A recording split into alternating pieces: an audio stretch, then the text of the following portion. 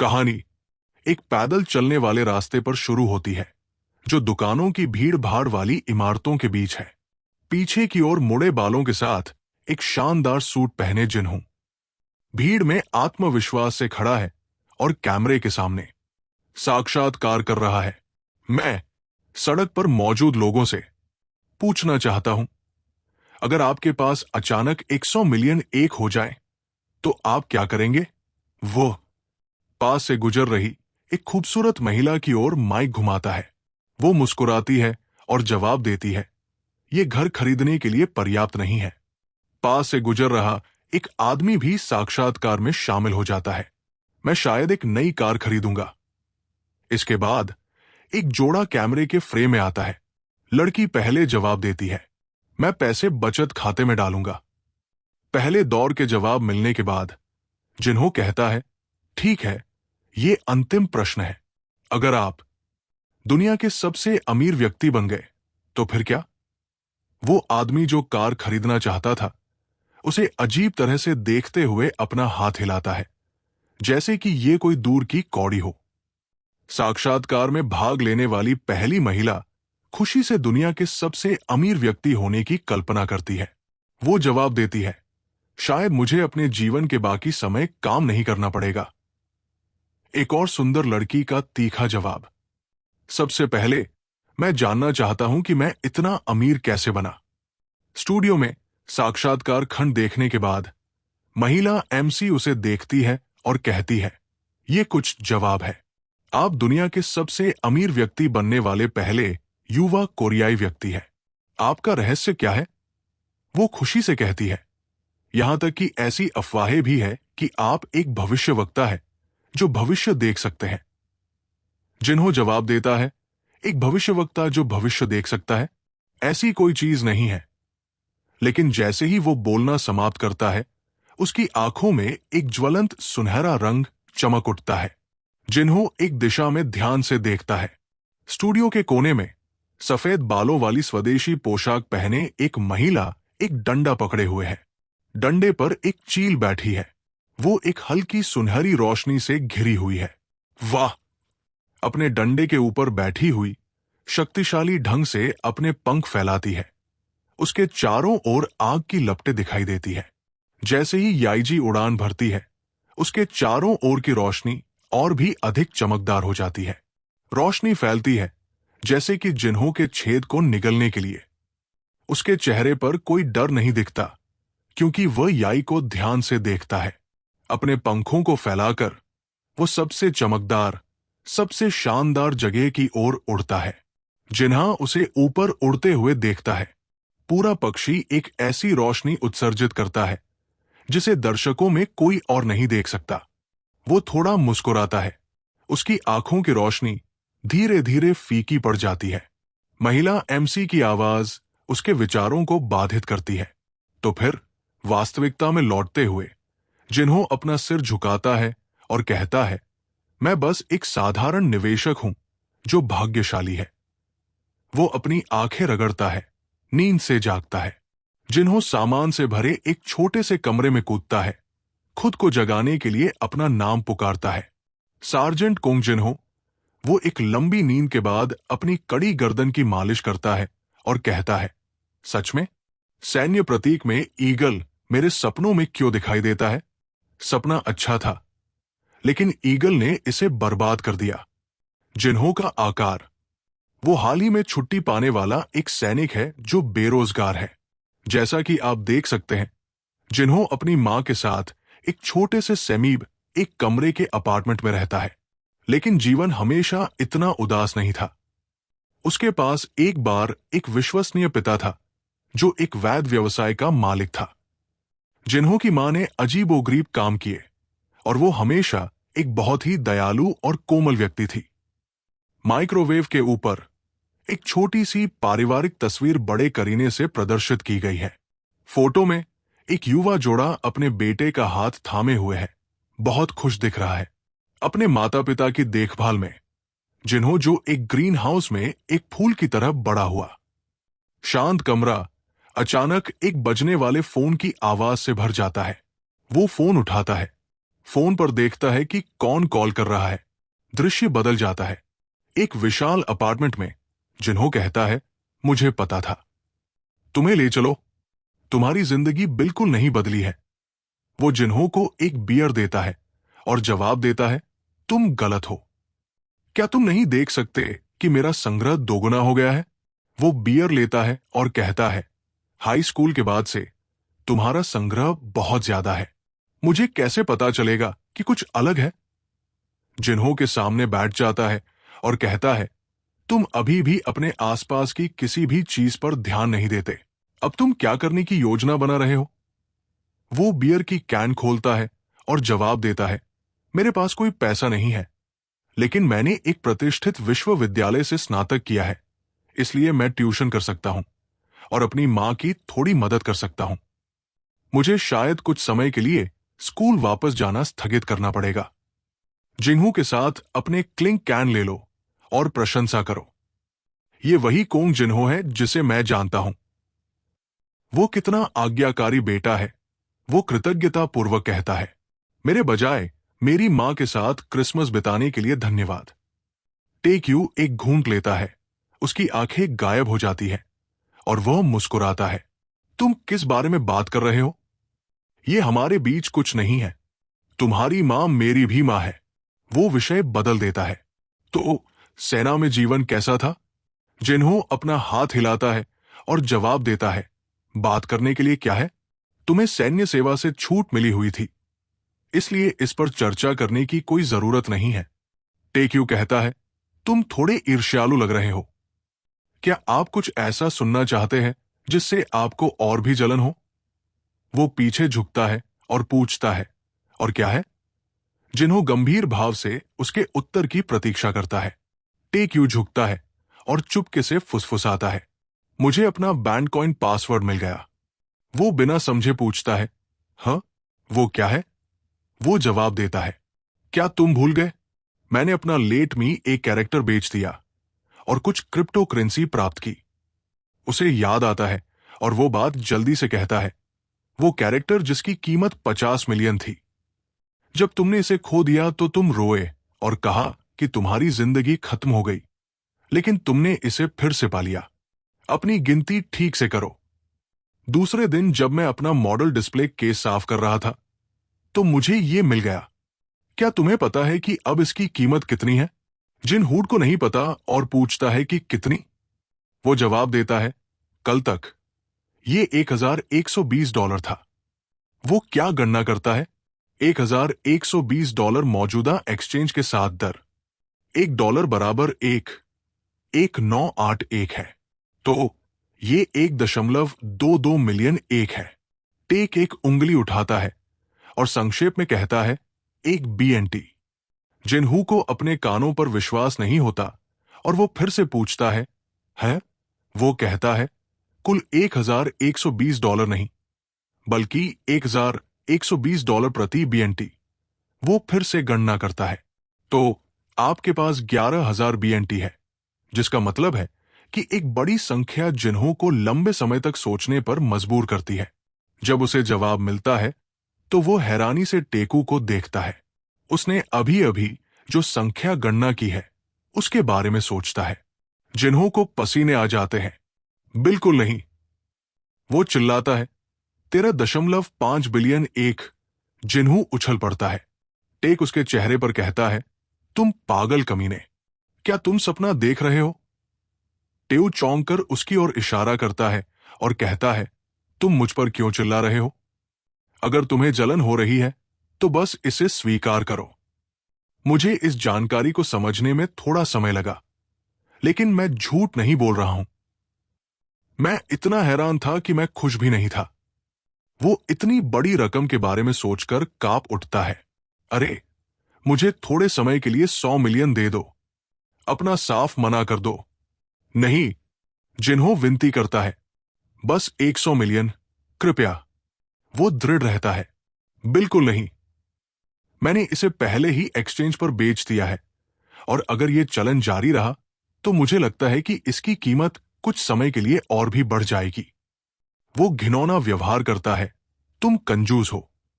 अगर मुझे पता होता तो मैं खेल को थोड़ा और गंभीरता से खेलता।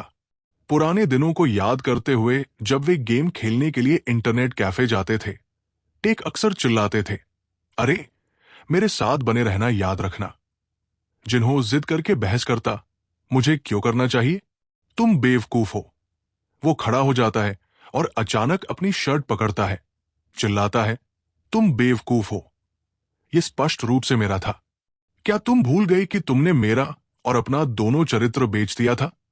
अब मुझे मेरा हिस्सा दे दो, चोर। जिन्हू गर्म हो रहा है, टी की शर्ट पकड़ता है और उसे हिलाता है। वो बीच बीच में जवाब देता है, तुम्हारा हिस्सा। फिर से कितना था?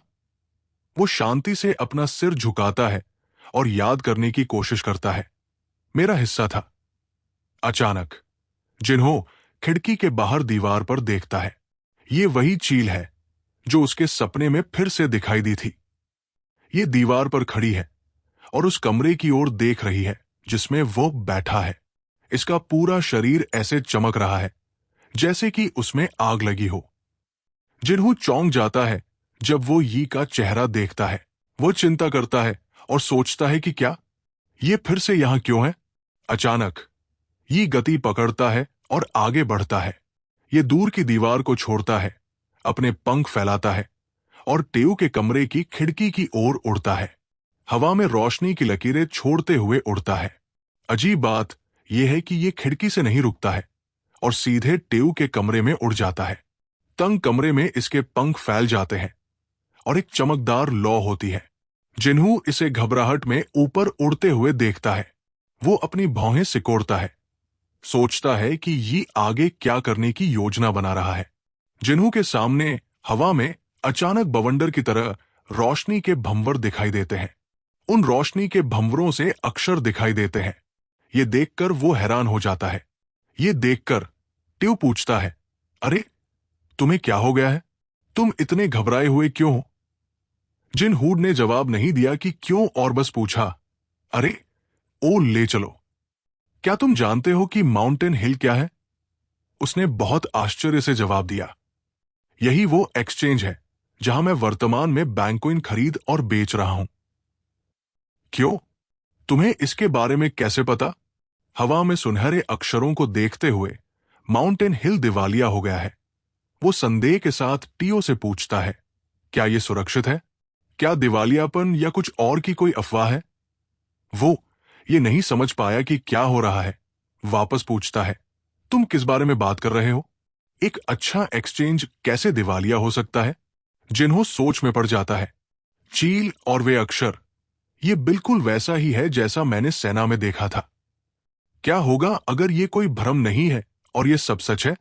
जितना अधिक वो सोचता है उतना ही वो डर जाता है। जिन्हों कहता है, ओ ले चलो, अब से तुम्हें मेरी बात ध्यान से सुननी होगी। टेक यू खाली आंखों से देखता है। क्या? वो गंभीरता से कहता है, अपने सारे बैंकॉइन तुरंत बेच दो। वो अविश्वास में वापस पूछता है, अचानक क्यों? जेहू ने अपनी शर्ट को जोर से पकड़ लिया और जोर से कहा, मैं इसे समझा नहीं सकता। बस मुझ पर भरोसा करो और इसे बेच दो। चुपचाप, सीधे उसकी आंखों में देखते हुए। जिन्हों के चेहरे पर गंभीर और चिंतित भाव देखकर वो आखिरकार सहमत हो जाता है। ठीक है, मैं सब कुछ बेच दूंगा। मैं वैसे भी ऐसा करने की योजना बना रहा था। मैंने अपनी बहन से मेरे लिए $1 खाता खोलने के लिए भी कहा, लेकिन एक बार जब मैं कर लूंगा तो तुम्हें मुझे सब कुछ समझाना होगा। उसे सहमत होते देख वो जमीन पर भारी होकर बैठ जाता है, सहमति में बड़बड़ाता है। अपने फोन पर बैंकॉइन को संभालने के लिए टी का इंतजार करते समय उसे याद आता है कि ये गायब हो गया था। चील और वे अक्षर मैंने फिर से देखे।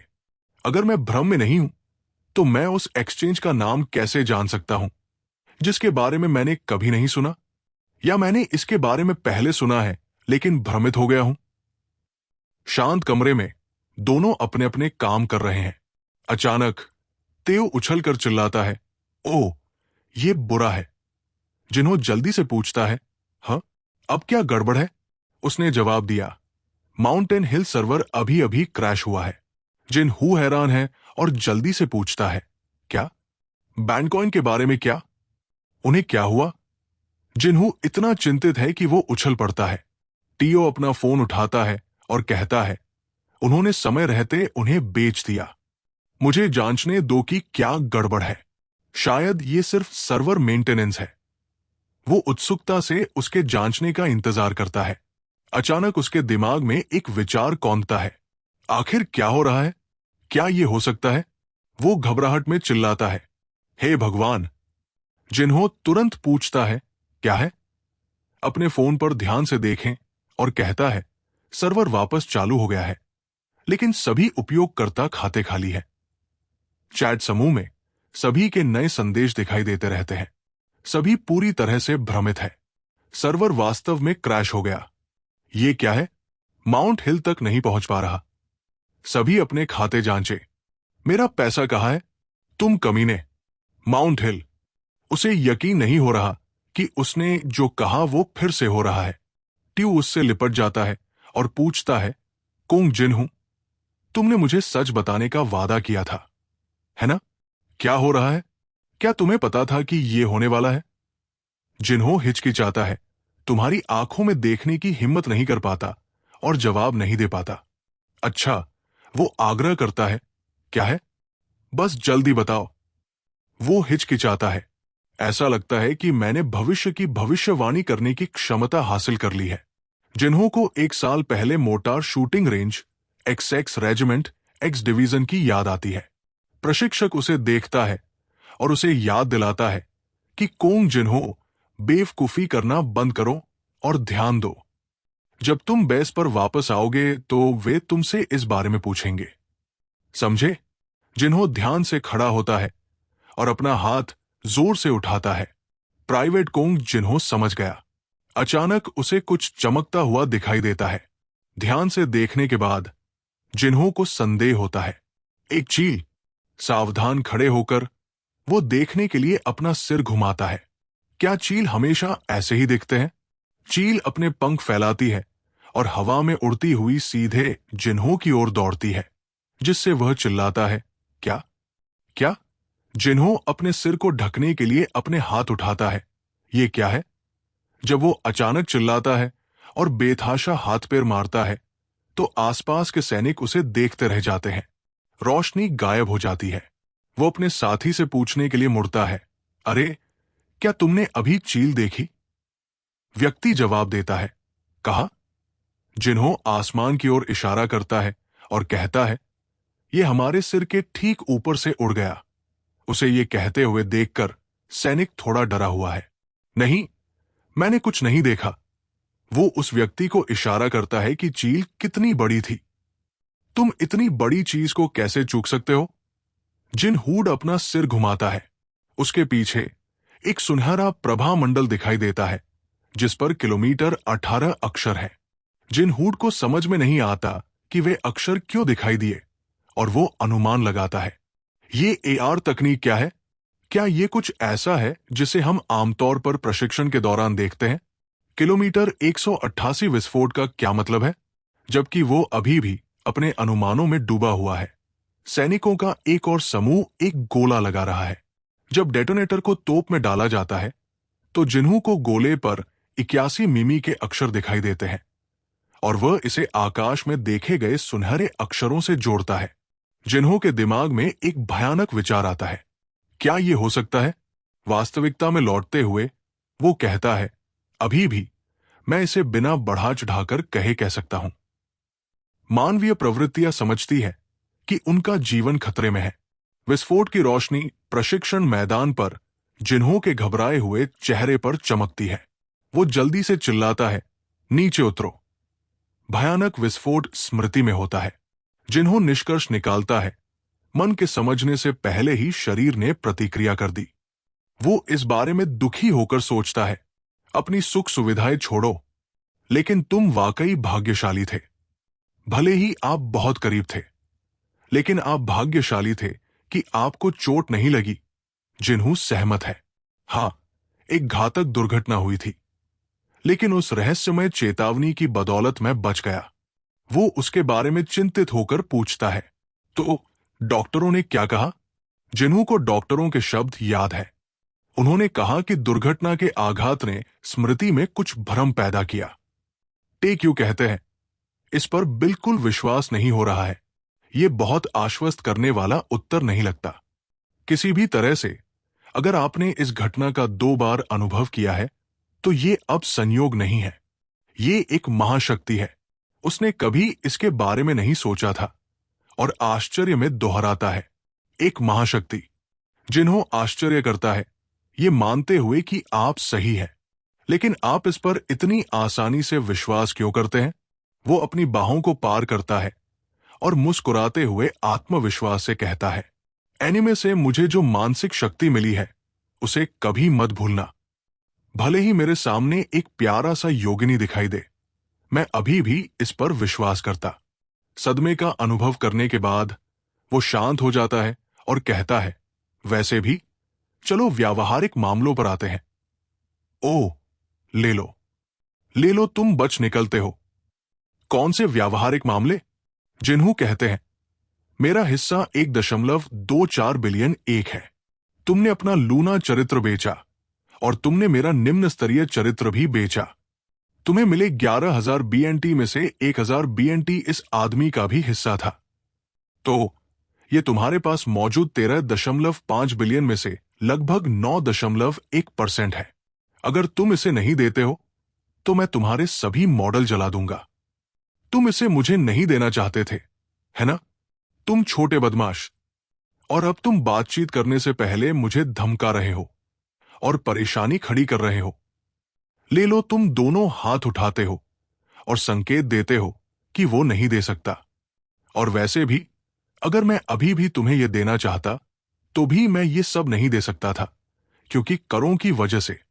वो ये बात समझता है और अपनी आवाज को नरम करता है। मैंने सोचा, तो क्या तुम कोई करहेवन या कुछ और स्थापित करने की योजना बना रहे हो? वो हैरान है।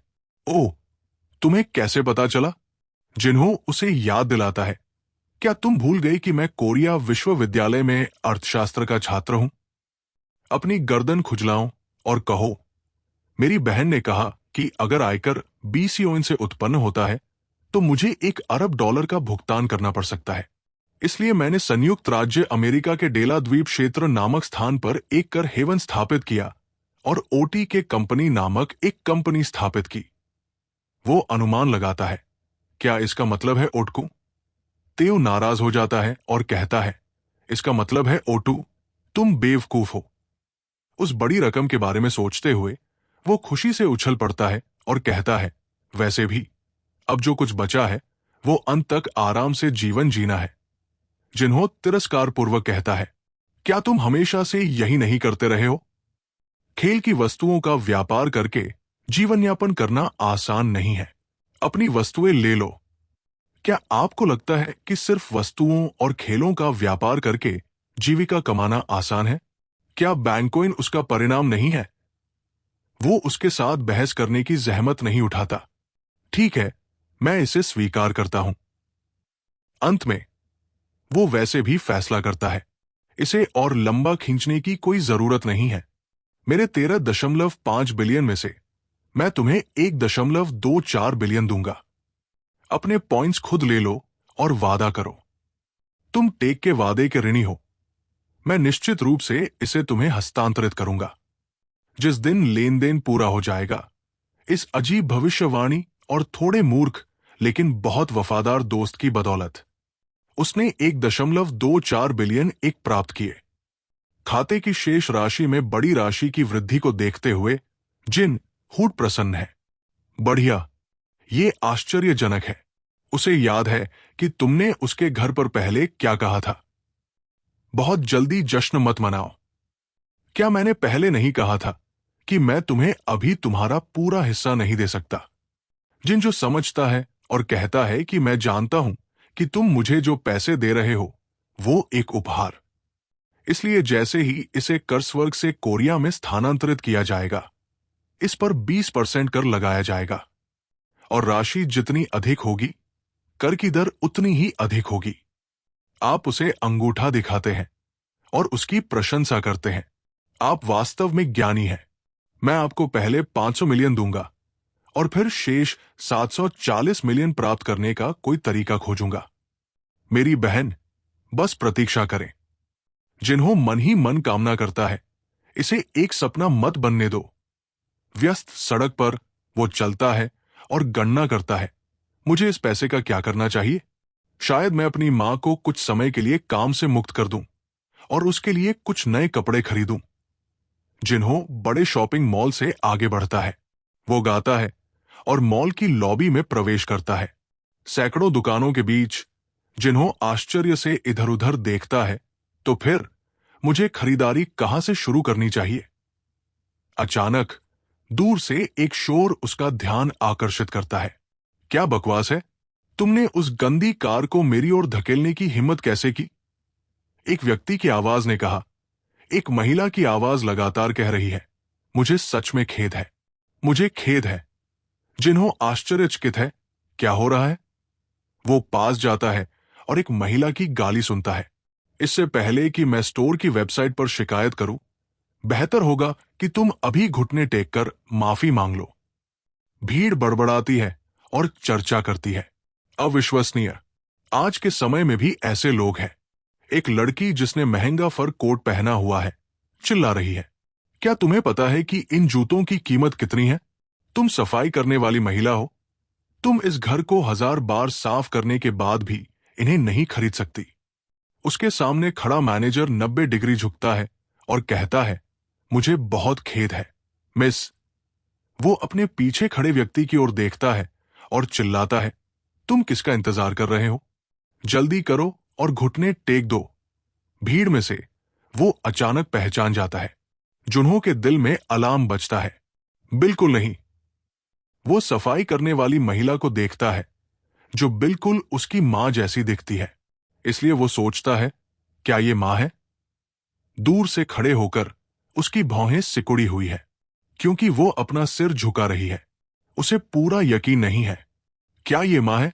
उसे इतना सौम्य देखकर महिला और भी हिम्मतवर हो जाती है।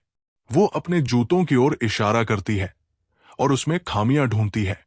तो क्या तुम घुटने टेकने वाले हो या इन जूतों के पैसे चुकाने वाले हो? मैनेजर ने आग्रह किया, क्या तुम सच में नौकरी से निकाल दिया जाना चाहते हो? जल्दी करो और ग्राहक से माफी मांगो। जिन्होंने उसे ध्यान से देखा और सोचा कि वो पोशाक है। मां ने कहा कि वो डिपार्टमेंट स्टोर के कॉल सेंटर में काम कर रही है। झिझकने के बाद उसका चेहरा हार मानने लगा। वो घुटने टेकने के लिए तैयार होने के लिए अपने घुटनों को मोड़ती है।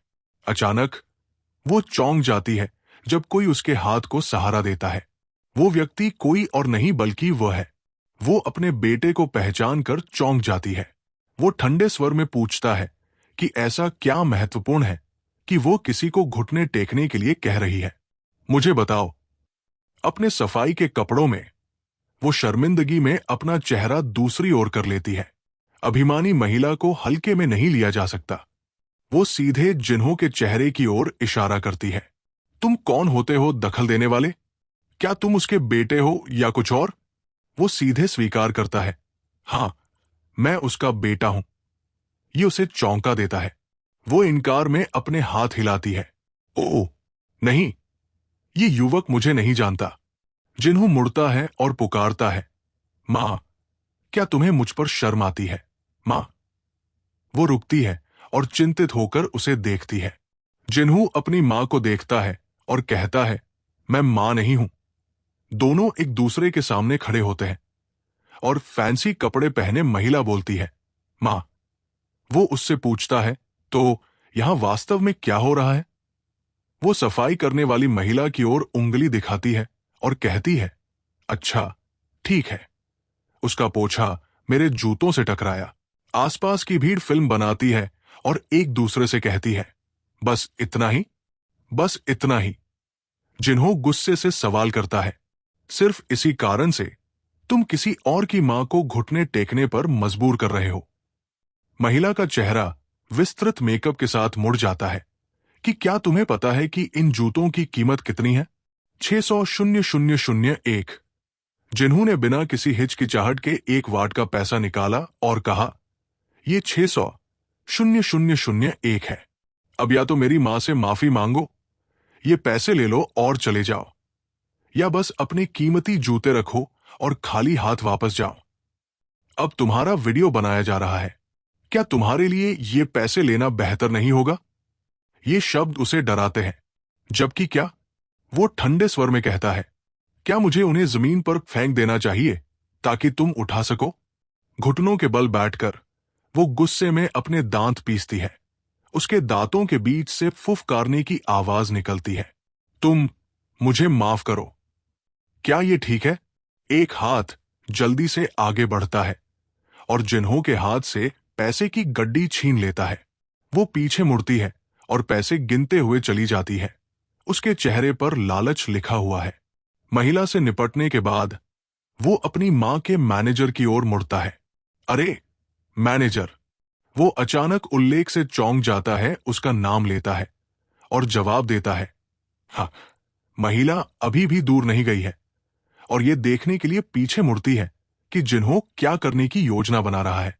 वो महिला की ओर इशारा करता है और प्रबंधक से कहता है, कृपया सुनिश्चित करें कि आप उसके जूते वापस ले लें। वे मेरे हैं, मैंने उन्हें अपने पैसे से खरीदा है। यदि आप कल यहां नहीं हैं, तो मैं उन्हें चोरी की रिपोर्ट करूंगा। प्रबंधक तुरंत सहमत हो जाता है। हां, यह सुनकर महिला दंग रह जाती है। क्या? क्या? जिन्हों मुड़ता है और अपनी मां के कंधे पर हाथ रखता है। उससे कहता है, चलो मां। वो अभी भी सदमे में है और हकलाते हुए कहती है, रुको जिन्हों। अरे अरे रुको। दोनों के पीछे भव्य कपड़े पहने महिला अब पागल महिला की तरह चिल्ला रही है। अरे तुम क्या सोच रहे हो, तुम छोटे आदमी। वो अपना स्वर बदलती है और विनती करते हुए कहती है, ओह चलो, तुम उन्हें वैसे भी नहीं ले जा रहे थे। सच में। जगह अचानक उसे याद दिलाती है, क्या ऐसा है? शायद मुझे अब उनकी जरूरत नहीं है। शायद तुम उन्हें कल कूड़ेदान में देखोगे। याद दिलाने के लिए धन्यवाद, तुम बूढ़ी औरत। उसके अपमान ने उसके अंदर गुस्सा भर दिया। गुस्से से कांपते हुए वो अपने दांत पीसती है और कोसती है, तुम कमीने, मैं कोई बूढ़ी डाय नहीं हूं। मैनेजर ने उसे रोका। मैडम, कृपया शांत हो जाए। वो फिर भी चिल्लाती है, आप यहां आए। तीखी चीख सुनकर आसपास के दुकानदार ये देखने के लिए मुड़ते हैं कि क्या हो रहा है। अपनी मां के कोट पहनने का इंतजार करने के बाद जिन्हों उसे उसके कार्यस्थल से दूर ले जाता है। ठंड के मौसम में उसकी सांस धुंध में बदल रही थी। वो उसे सलाह देने के लिए मुड़ती है, जिन्हों, अगर हम अभी उनसे बात करें तो हम अभी भी इसे बचा सकते हैं। वो अचानक से एक सवाल पूछता है, कब से? वो गलत समझती है और सोचती है कि वो अभी जो हुआ है उसका जिक्र कर रहा है और जवाब देती है, क्या ये आज ही नहीं हुआ? जिन्हों अपनी मां को कसकर गले लगाता है। अचानक गले लगने से वो चौंक जाती है।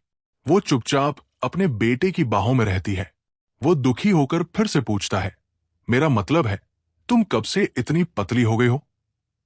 जिन्हों की चिंता को महसूस करते हुए वो मुस्कुराता है और जवाब देता है, तुम्हारा क्या मतलब है पतला? ये पहली बार है जब मैंने ऐसा कुछ अनुभव किया है। वो उसकी बाह को कसकर पकड़ता है और धीरे से कहता है, अब से तुम्हें ऐसी जगह काम करने की जरूरत नहीं है जहां तुम्हारे साथ ऐसा व्यवहार किया जाता है।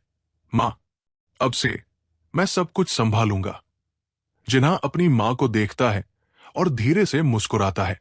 अपने बेटे को यह कहते हुए सुनकर वो बहुत हैरान हो जाती है। वो आगे बढ़ती है और अपने बेटे के सुंदर चेहरे को धीरे से सहलाती है। फिर वो एक कोमल मुस्कान के साथ मुस्कुराती है। वो कहती है, मेरा जिन्हों कब से इतना बड़ा हो गया है। दृश्य बदल जाता है। मेज पर गर्म भाप से भरे व्यंजन है और मेज के बीच में चारकोल स्टोव पर स्वादिष्ट तरीके से मांस के टुकड़े भून रहे हैं। जिन्हों अपनी मां को बारबेक्यू रेस्तरां में ले जाता है। वो अपनी मां को संक्षेप में बताता है कि वो क्या कर रहा है। वो उलझन में पूछती है, बैंकॉइन क्या है? ये इतना महंगा क्यों है? जिन्होंने सरलता से समझाया, बस इसे एक खेल में एक आइटम के रूप में सोचो। इसलिए तुम्हें अब विश्वविद्यालय की ट्यूशन के बारे में चिंता करने की जरूरत नहीं है। अब मैं तुम्हारा ख्याल रख सकता हूं। वो उसके फैसले से सहमत नहीं है। ये बकवास है। वो पैसा तुम्हारा है। जिन हाँ, मैंने तुम्हारी ट्यूशन के लिए पैसे बचाए हैं। इसलिए बस स्कूल वापस जाने पर ध्यान केंद्रित करो। उस पैसे को बचाओ और अपने भविष्य में निवेश करो। मांस को भूनते समय वो अपनी मां को सलाह देता है, मैं इस बारे में बाद में सोचूंगा, लेकिन पहले हमें आगे बढ़ना है। मुझे लगता है कि तुम्हारी खांसी घर की वजह से है। वो इसे अनदेखा कर देती है। इसकी चिंता मत करो। जिन्हों अपनी मां को मनाने की कोशिश करता है, मां, ये मेरा पैसा है, इसलिए मैं इसका अच्छे कामों में इस्तेमाल करूंगा। अपने बेटे को यह कहते हुए सुनकर उसके पास हार मानने के अलावा कोई विकल्प नहीं है। ईमानदारी से कहूं तो तुम अपने पिता की तरह ही जिद्दी हो। उसका फोन बजता है। जिन्हों थोड़ा हैरान होता है जब वो देखता है कि कॉल करने वाला टेक है। ओ, टेऊ। जैसे ही वो फोन उठाता है, उसे दूसरी तरफ टेऊ की जरूरी आवाज सुनाई देती है। ये एक आपातकालीन स्थिति है। जिन्हों पूछता है, तुम किस बारे में बात कर रहे हो? मैं अभी अपनी मां के साथ खाना खा रहा हूं। चाय घबराहट में कहती है, वो यहां है। वो दिखाई दी है। वो समझ नहीं पाता और पूछता है, कौन? जब वे दोनों बात कर रहे होते हैं तो एक हवाई जहाज जमीन पर उतरते समय गर्जना करता है। ऊंची एड़ी के जूते पहने एक लड़की लाल सूटकेस खींचती हुई दिखाई देती है। वो जवाब देता है, मेरी बहन। वो और उनकी बातचीत अभी अभी विमान से उतरी है। उसने एक बिजनेस सूट पहना हुआ है। उसके बाल एक बन में बंधे हुए हैं। एक हाथ में सूटकेस खींच रही है और अपना फोन चेक कर रही है। दूसरे हाथ में उसके चेहरे पर हल्का मेकअप है और उसने बहुत ही बौद्धिक चश्मा पहना हुआ है। ताज जुन्हू से कहती है, मेरी बहन कोरिया वापस आ गई है। दृश्य बदल जाता है। होटल के सामने सड़क पर नमन शिला होटल में दो युवक एक दूसरे को खींच रहे हैं। ऐसा लगता है कि सामने वाला अपने दोस्त को कुछ बहुत खास दिखाने ले जाना चाहता है।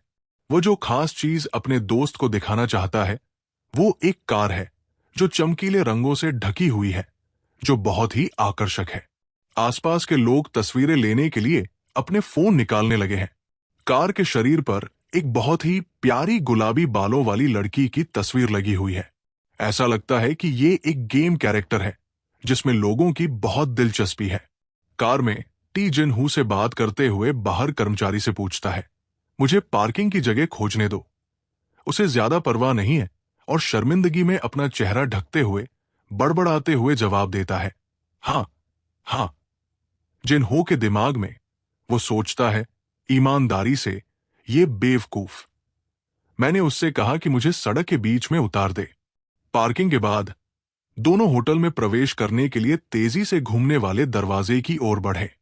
उसने कहा, तुम इस बारे में इतनी शर्मिंदा क्यों हो? हमने बहुत मजा किया। वो दूर चला जाता है, टी को न जानने का नाटक करते हुए। मुझे अपनी दुनिया में मत घसीटो, तुम किताबी कीड़े हो। टेऊ ने तर्क दिया, मेरी दुनिया में क्या गड़बड़ है? अचानक एक आवाज ने उन दोनों को चौंका दिया। 3 मिनट देर हो गई, है ना? उसने अपने कंधों पर एक बनियान पहनी हुई है और अपनी बाहें क्रॉस करके दीवार से टिकी हुई है। अपने भाई को अंदर आते हुए देखती है और अभिवादन करती है, नमस्ते। ये देखकर कि जो व्यक्ति आया है वो केवल उसका भाई नहीं है, वो कहती है, मिनो भी आया था। बहुत समय हो गया, है ना? उसने विनम्रता से जवाब दिया, बहुत समय हो गया। तुम कैसी हो ना? फिर वो संक्षिप्त उत्तर देती है, मैं ठीक हूं। होटल के रेस्तरां में वो जुन्हों से पूछती है, तो तुमने अपनी सैन्य सेवा पूरी कर ली है ना? वो उत्तर देता है, हां, मैंने अभी अभी पूरी की है, कुछ समय पहले ही। क्या वह अपना कॉफी कप नीचे रखती है और आगे पूछती है, अभी तक स्कूल वापस नहीं गई? स्नातक होने के बाद तुम मेरे साथ गोल्डन गेट में काम क्यों नहीं करती? जिन्हों अपना सिर खुजलाता है और मुस्कुराते हुए उत्तर देता है, ये अच्छा होगा। अगर कोई वैश्विक निवेश बैंक मुझे स्वीकार करता है तो मैं शामिल हो जाऊंगा। वो सोच विचार कर सोचती है, उसके चेहरे के भाव देखकर वो चिंता से पूछता है, लेकिन नूना, क्या तुम्हें कुछ परेशान कर रहा है? तुम्हारा रंग? सोचने के बाद वो अचानक पूछती है, ओह, तुम माउंटेन हिल ले जाओ। ये नाम सुनकर अपनी झिझक दूर करो और सम्मानपूर्वक उत्तर दो, हां। फिर वो आगे कहती है, मैंने सुना है कि उन्होंने दिवालियापन के लिए आवेदन किया है। क्या सब कुछ ठीक है? वो हेवी को अपनी उंगलियों से संकेत देता है और मुस्कुराते हुए शेखी बघारता है। सौभाग्य से ऐसा होने से पहले मैंने सब कुछ बेच दिया था। वो हैरान है, क्या तुमने सब कुछ बेच दिया? स्वीकृति में तुम्हारे सिर हिलाने को स्वीकार करें। हां, मैंने ये सब ओटी के कंपनी के खाते में डाल दिया है। लगभग 1.19 मिलियन डॉलर, लगभग 13 बिलियन। एक डॉलर बराबर 1.0981 है। वो आपको गंभीरता से लेती है। एक पल के बाद वो अपनी कॉफी उठाती है और संतुष्टि के साथ कहती है, ये अच्छा है। फिर जिन्हू कॉफी पीते हुए किनारे पर बैठ जाता है और सोचता है कि वो इतनी चिंतित है। फिर वो मेज पर कागज का एक टुकड़ा रखती है और उसे उन दोनों की ओर धकेलते हुए कहती है, ये लो, इसे ले लो। दोनों समझ नहीं पाते। ये क्या है? वो जवाब देती है, ये नैम में गोल्डन गेट के शाखा निदेशक की संपर्क जानकारी है। अगर आपको देश में किसी खाते में बड़ी रकम ट्रांसफर करनी है तो आप इसे संभालने के लिए इस व्यक्ति से संपर्क कर सकते हैं। बस इतना कहें कि आप ओहान के भाई हैं और वो सब कुछ संभाल लेंगे। लेकिन आपने कहा था कि आप उन्हें धीरे धीरे बेचेंगे। आपने अचानक उन्हें एक साथ क्यों बेच दिया? उसके सवाल को सुनकर दोनों झेम जाते हैं। वो जवाब देता है, मुझे लगा कि मैं उन्हें एक साथ बेच दूं। जिन्हों पूछता है, नूना, क्या तुम यहां तेऊ की वजह से आई हो? वो बताती है, नहीं, बिल्कुल नहीं। मैं कंपनी अधिग्रहण ऑडिट करने आई हूं। मैं शायद लगभग 10 दिन यहां रहूंगी। तेऊ चौंक कर दोहराता है, 10 दिन? वो उसे पहचानती भी नहीं है और ठंडी आवाज में कहती है, क्या समस्या है? अपनी काबिल बहन का डर उसकी हड्डियों में समा गया है। वो कांपते हुए हाथ हिलाता है और कहता है, नहीं, मैं बस इसी बात से खुश हूं। तो तुम कहां रहोगी? वो अपनी उंगली ऊपर की ओर उठाती है और संक्षिप्त उत्तर देती है, यहां ऊपर। टेक चिल्लाता है। वो बताती है कि इतने महंगे होटल में पूरी ऑडिट टीम वैसे भी यहां एक साथ रह रही है। कंपनी इसका सारा खर्च उठा रही है। वो खुद से सोचता है, क्या ये एक रात में कम से कम 5 लाख नहीं है? जैसा कि अपेक्षित था, एक वैश्विक निवेश बैंक अलग है। उसका फोन वाइब्रेट होता है। वो कुर्सी को पीछे धकेलती है और खड़ी हो जाती है। उन दोनों से कहती है, वहां रुको, मैं थोड़ी देर के लिए फोन उठाती हूं। जब वो चली जाती है तो दोनों आराम से बातचीत करते हैं। जिन्हू उसके बगल वाली सीट पर झुक जाता है और पूछता है, अरे, ये एक आपातकालीन स्थिति है ना? तुम लोग हमेशा की तरह ही हो। अपनी हंसी बंद करो और उसे वापस चिढ़ाओ। क्या ये मेरी बहन की सामान्य बात नहीं है जो तुम्हें डराती है? जिन्हू जवाब देता है, क्या ये तुम्हारी गलती नहीं है कि तुमने मुझे ऐसा महसूस कराया, है ना? वो इनकार करता है, मैंने क्या किया? वो जल्दी से कॉल खत्म करती है और टेबल पर वापस आती है। उन दोनों से कहती है, तुम लोग अभी भी इंतजार कर रहे हो, है ना? ये ओपेक मीटिंग की वजह से है। अपने जवाब को ऐसे समझो जैसे कि ये ओपेक है। ये पेट्रोलियम निर्यातक देशों के संगठन का संक्षिप्त नाम है ना? वो अलग तरह से सोचता है, भले ही मुझे ज्यादा जानकारी न हो, कम से कम मुझे याद है। फैक्ट्री का संक्षिप्त नाम एफ है। जिन्हों कहते हैं कि वे तेल उत्पादक देशों का एक समूह है। फिर वो जवाब देती है, ये सही है। ज्यादा सटीक रूप से ये पेट्रोलियम निर्यातक देशों का संगठन है। ओपेक मीटिंग के नतीजे परसों घोषित किए जाएंगे। ये सुनकर अचानक उसके चारों ओर फिर से एक प्रभा मंडल दिखाई देता है। याय उनकी टेबल के ठीक ऊपर झूमर पर अपने पंख फैलाए हुए बैठा है। वो जिन्हों की ओर देखती है, उसकी आंखों को पकड़ती है, जो उसे ध्यान से देख रही है। उसकी भौहें उसे उड़ते हुए देखती है, जैसे कि लौ की तरह चमकीली रोशनी में। जिन्हों आश्चर्य करता है, क्या है इस बार, क्या हो रहा है? उसकी आंखों में अभी भी चमकीली सुनहरी रोशनी मौजूद है। शब्द फिर से हवा में दिखाई देते हैं। ओपेक उत्पादन कटौती समझौता। जिन्हू को ध्यान में न रखते हुए टी पूछती है, अरे। फिर वो उसका नाम भी जिन्हू पुकारती है। वो चौंक जाता है और जवाब देता है, आह। वो चिंता से पूछती है, क्या तुम ठीक हो? वो शर्म से अपना सिर खुजलाता है, क्षमा करें, मैं थोड़ा विचलित था। फिर वो मजाक करती है, क्या तुम थक गए हो? क्योंकि तुम ले लो। जिन्हों हंसते हुए सहमत होता है। हमेशा ऐसा ही होता है। वो चुपचाप बैठा रहता है, गोलीबारी में फंस जाता है और बीच में बोलता है, तुम अचानक इस बारे में क्यों बात कर रहे हो? सामान्य स्थिति में लौटते हुए वो गंभीरता से कहता है, नूना, ओपेक में बैठक किस बारे में है?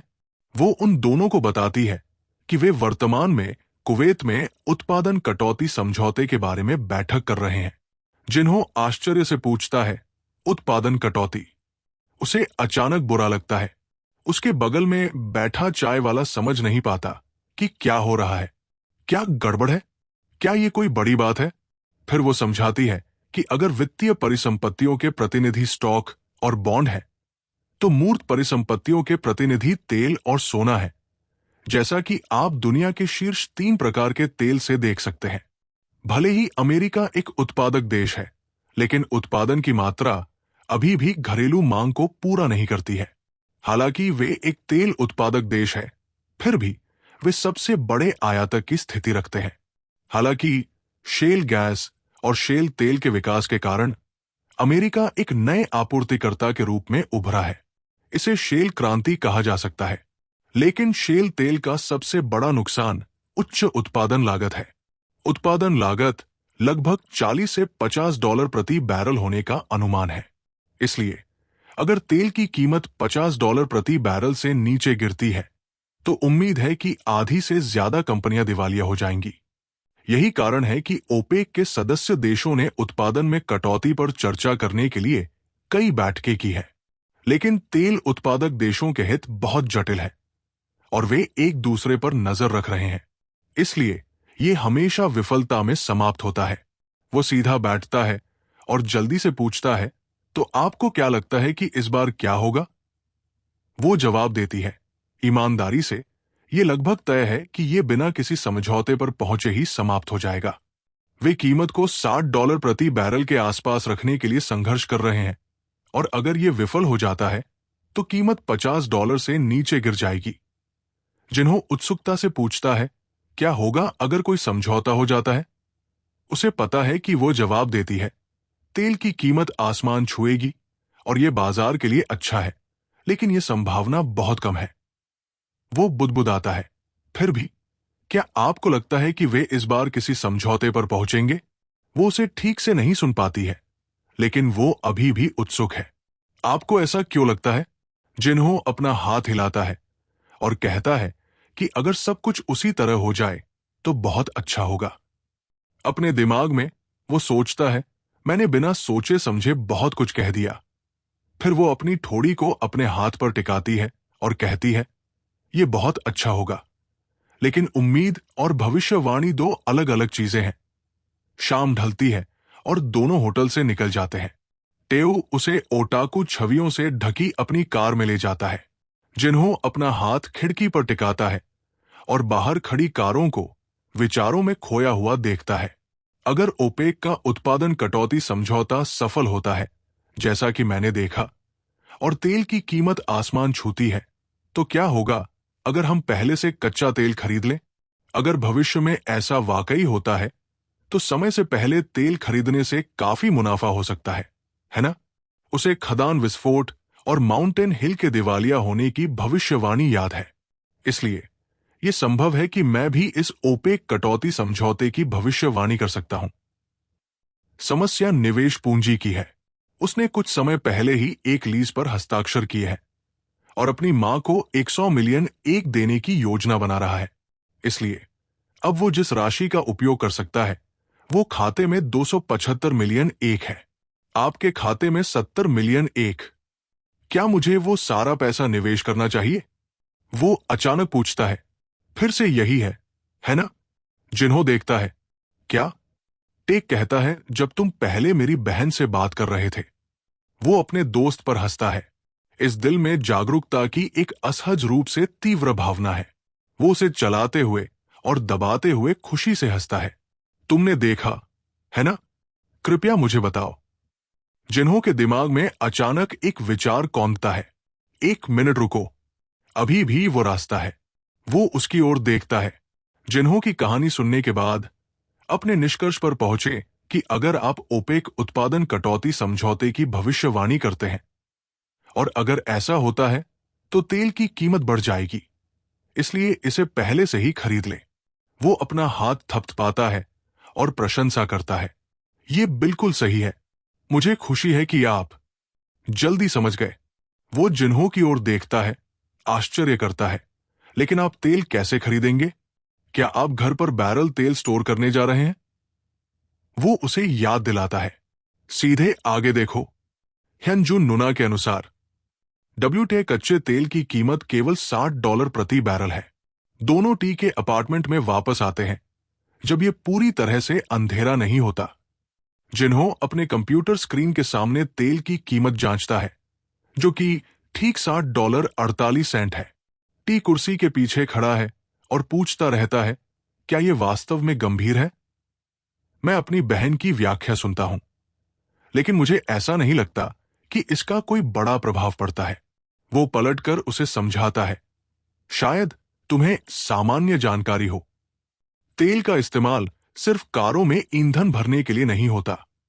इसका इस्तेमाल कई अलग अलग उद्योगों में भी होता है। इसलिए तेल की कीमतों में बढ़ोतरी का निर्माताओं की कीमतों पर महत्वपूर्ण प्रभाव पड़ता है। तुम्हारे पास कितना बचा है? टेक यू अपना फोन निकालता है और बैलेंस चेक करता है। मैं तुम्हें 500 मिलियन भेजूंगा, $32,000 बचाकर।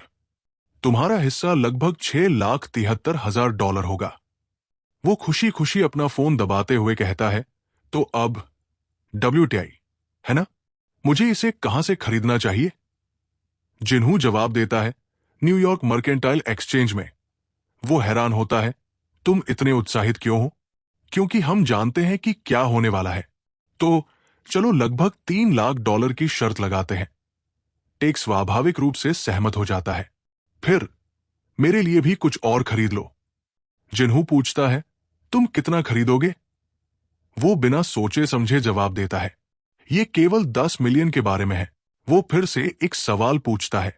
एक छोटे से शब्द डॉलर के साथ जवाब ले लो। उसे इतनी सहजता से ये कहते हुए सुनकर जिन्हों क्रोधित हो जाता है। क्या ये एक छोटी राशि है? क्या तुम पागल हो गए हो? तुम सावधानी से जवाब देते हो और तुम्हारे सिर में कई सवालिया निशान हैं। तो फिर $5 मिलियन के बारे में क्या? वो तुरंत डांटता है, क्या तुम नियंत्रण खो चुके हो क्योंकि तुम्हारे पास अचानक बहुत सारा पैसा आ गया है? जिन्हों अपना सिर खुजलाता है और अविश्वास से कहता है, ओह, तुम ले लो। ये अनिश्चित है। वो सहजता से कहता है, तुमने कहा था कि तुम में भविष्यवाणी करने की क्षमता है। वो पलटवार करता है, ये कब से एक निश्चित भविष्यवाणी बन गई? इतने लंबे समय तक उसके द्वारा रोके जाने के बाद आखिरकार अपना धैर्य खो देता है और चिल्लाता है, ठीक है, $3 मिलियन। ये मेरी न्यूनतम राशि है। जिन्हों कुछ भी कहने के लिए बहुत परेशान है। जो भी तुम करना चाहते हो करो, ये तुम पर निर्भर है। वो विश्लेषण करता है, बाजार उत्पादन कटौती समझौते में विफलता का पूर्वानुमान लगा रहा है। ये अपेक्षाएं कीमतों में परिलक्षित हो रही हैं और तेल की कीमत में यथासंभव गिरावट आई है। भले ही वे उत्पादन में कटौती न करें, लेकिन कीमत में कमी बहुत अधिक नहीं होगी।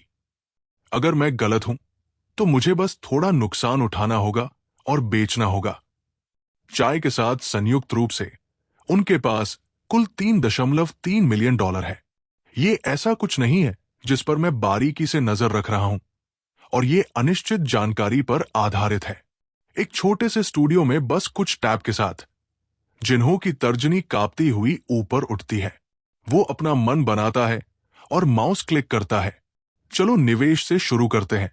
खरीद पूरी करने के बाद जिन्हों अपनी कुर्सी पर पीछे झुक जाता है, थक जाता है, अपने हाथों को अपने माथे पर रखता है। तेव चिंतित है और फिर से पूछता है, क्या आपने इसे खरीदा है? वो जवाब देता है, हाँ। तेव आगे पूछता है, आगे क्या है? जिन्होंने अपनी ठोड़ी को अपने हाथ पर टिकाया और कहा, सच में हमें ओपेक की बैठक खत्म होने का इंतजार करना होगा। उसे लगता है कि यह वाकई पागलपन है। सौभाग्य से वो लगभग 120 मिलियन एक में 2 कमरों वाला विला किराए पर लेने में सक्षम था। यह काफी पुराना है, लेकिन वॉलपेपर और फर्श नए हैं, इसलिए अंदर बहुत साफ है। अपनी मां को नए घर में सामान रखने में मदद करते हुए जिन्होंने उससे पूछा, क्या आपको घर पसंद है मां? वो अपने हाथों को अपने कूल्हों पर रखती है, खड़ी होती है, अपने माथे से पसीना पोंछती है और विशाल साफ कमरे के चारों ओर देखती है, अपने बेटे को जवाब देते हुए, बेशक इसमें 2 कमरे हैं और सूरज की रोशनी अंदर आती है। यह वास्तव में अच्छा है। वो खुद से सोचता है, अगर मैंने और खर्च किया होता तो मुझे एक ऐसी जगह मिल सकती थी जो और भी बेहतर होती। लेकिन यह अच्छी बात है कि मां को यह पसंद है। नए घर में सामान व्यवस्थित करते समय वो अचानक एक तस्वीर के सामने रुक जाती है। जिन्हों बगल में यह भी देखता है कि उसकी मां का मूड अचानक बहुत अच्छा नहीं है। वो खड़ा होता है और पास जाता है, देखता है कि वो एक तस्वीर का फ्रेम पकड़े हुए है और सोचता है कि उसके और उसके सामान के लिए जगह हर कदम के साथ कम होती जा रही है, इसलिए अब धीरे धीरे पिताजी की चीजों के लिए जगह नहीं बची है। ये ऐसी चीजें हैं जिन्हें उसकी मां फेंकना बर्दाश्त नहीं कर सकती। पिताजी की यादगार चीजें। उसके हाथ में एक खूबसूरत सफेद विला के सामने ली गई उन तीनों की तस्वीर है। तस्वीर में उसके माता पिता युवा है।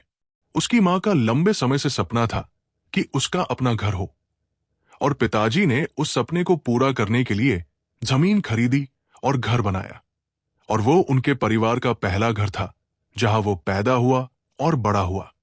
उसके परिवार की ज्यादातर यादें वहां है। जिन्हों उससे पूछता है, क्या तुम अक्सर पिताजी के बारे में सोचती हो? वो अपने हाथ में तस्वीर को देखती है, उसकी आंखें प्यार से भर जाती है और कहती है, बेशक उसने बहुत मेहनत की और फिर बाद में मर गया। अगर वो अभी भी जीवित होता तो वो इस दिन को देख पाता। वो तस्वीर को सहलाती है। तस्वीर में एक युवा जिन्हों खुशी से अपनी बाहें फैलाए हुए है, नए घर को दिखा रहा है। अब वो बड़ा हो गया है। वो अपने आंसू नहीं रोक पाती। Oh my! वो अपने आंसू पोंछती है और कहती है, मैं एक बार और सफाई करूंगी। जिन्हों तुम्हें भी अपने कमरे में वापस जाना चाहिए और अपनी चीजें व्यवस्थित करनी चाहिए। वो जवाब देता है, हां। लेकिन जिनहू तुरंत अपने कमरे में वापस नहीं जाता। वो खड़ा रहता है और अभी भी खाली कमरे को देखता है, सोचता है और कहता है, हमें अब एक वॉशिंग मशीन, एक रेफ्रिजरेटर चाहिए, एक डाइनिंग टेबल। हमें सब कुछ नया खरीदना होगा। और मां, थोड़ी देर के लिए काम से छुट्टी ले लो। वो हैरान है, क्यों? मैं अभी भी काम करने के लिए स्वस्थ हूं। जिन्होंने विनती की कि बस एक महीने की छुट्टी मांग लो। मां, प्लीज मां। वो अपने बेटे की प्लीज का विरोध नहीं कर सकती और सहमत हो जाती है। ठीक है, ठीक है, मुझे इसके बारे में सोचने दो, अगर इससे तुम्हें खुशी मिलती है। बाद में वो एक बैग निकालता है जिसमें एक छोटी सी मुहर है और कहता है, इसके अलावा मैंने इस खाते में 100 मिलियन एक डाल दिए हैं, इसलिए कृपया जो भी आपको चाहिए उसे खरीद ले। वो आश्चर्यचकित है। ओ माय, 100 मिलियन एक! जिन्हां एक दयालु मां से वो एक शेर में बदल जाती है। उसकी पीठ पर कुछ बार मारती है और डांटती है। अब जब तुम्हारे पास पैसा है तो क्या तुम इसे किसी को भी दे दोगे? क्या तुम पागल हो गए हो? वो चिल्लाता है, लेकिन मां, क्या तुम कोई नहीं हो? वो मना करते हुए अपना हाथ उठाती है। मेरे पास बचत है, इसलिए मुझे इस पैसे की जरूरत नहीं है। इसे बाद में घर खरीदने के लिए बचाओ या इसे अपनी शादी के फंड के रूप में इस्तेमाल करो। अपनी मां के शब्दों का जवाब देते हुए जिन्हों खुशी से मुस्कुराता है और कहता है, अगर मैं शादी करता हूं तो इसे बस इतना ही समझो कि मैं इसे तुम्हें अस्थायी रूप से रखने के लिए दे रहा हूं। समझाने पर वो आखिरकार मान जाती है। ठीक है, तुम अपने पिता की तरह ही जिद्दी हो। वो हिसाब लगाता है कि मां को 100 मिलियन देने और जमा राशि का भुगतान करने के बाद भी मेरे पास अभी भी 275 मिलियन एक है मेरा खाता। मुझे लगभग 100 मिलियन करों का भुगतान करना होगा, लेकिन टेक पर अभी भी 740 मिलियन बकाया है। उस राशि के साथ मुझे कम से कम 20 वर्षों तक चिंता करने की आवश्यकता नहीं होगी। घर के बाहर के दृश्य को देखते हुए जिन्होंने कहा, क्या पैसा कमाना वास्तव में इतना आसान है? दूर से उसने सुना, टेक यू चिल्ला रहा है, मैं घर आ गया हूं। मां। उसने अपना सिर बाहर निकाला, उसे कागज के उत्पादों के 2 बैग ले जाते हुए देखा, और जब वो प्रवेश द्वार पर अपने जूते उतार रहा था तब उसने कहा, ओ, ले लो, तुम यहां हो। क्या तुमने कुछ खाया है? उसने जल्दी से जवाब दिया, अभी नहीं। हमें जेन को मूविंग डे पर बुलाना चाहिए, है ना? मैं दावत दूंगा। चलो बाद में ऑर्डर करते हैं। जैसे ही वो बोलता है वो 2 बैग जिन्हू को देता है। टेक यू से सामान लेते हुए जिन्हू कहता है, लेकिन अरे, तुम्हारे जैसे पैसे वाले किसी व्यक्ति के लिए क्या गृह प्रवेश उपहार सिर्फ टॉयलेट पेपर है? वो उलझन में पूछता है, तो मुझे क्या लाना चाहिए था? वो कुछ सरल सुझाव देता है, जैसे कि रेफ्रिजरेटर, वॉशिंग मशीन या दीवार पर लगा टीवी। जोर से चिल्लाते हुए कहता है, मां, जिन्हों मुझे धमका रहा है। वो सेब के टुकड़े को कांटे से छेदता है और कहता है, मैंने खबर देखी, माउंटेन हिल दिवालिया हो गया है। वो जवाब देता है, फिर से शुरू मत करो। उसके कारण सब कुछ अस्त व्यस्त है। माउंटेन हिल दुनिया का सबसे बड़ा क्रिप्टो करेंसी एक्सचेंज है। हमले से नुकसान का अनुमान खरबों से लेकर 1 क्वाड्रिलियन तक है। आमतौर पर माउंटेन हिल को नुकसान की भरपाई करनी होती है, लेकिन यह पैमाना एक्सचेंज के लिए बहुत बड़ा है। अंत में माउंटेन हिल ने दिवालियापन की कार्यवाही शुरू कर दी है। जिन्हों पूछता है, तो बैंकॉइन में निवेश करने वालों का क्या होगा? वो ईमानदारी से अपना अनुमान बताता है। आपको क्या लगता है? वे सभी दिवालिया हो चुके हैं।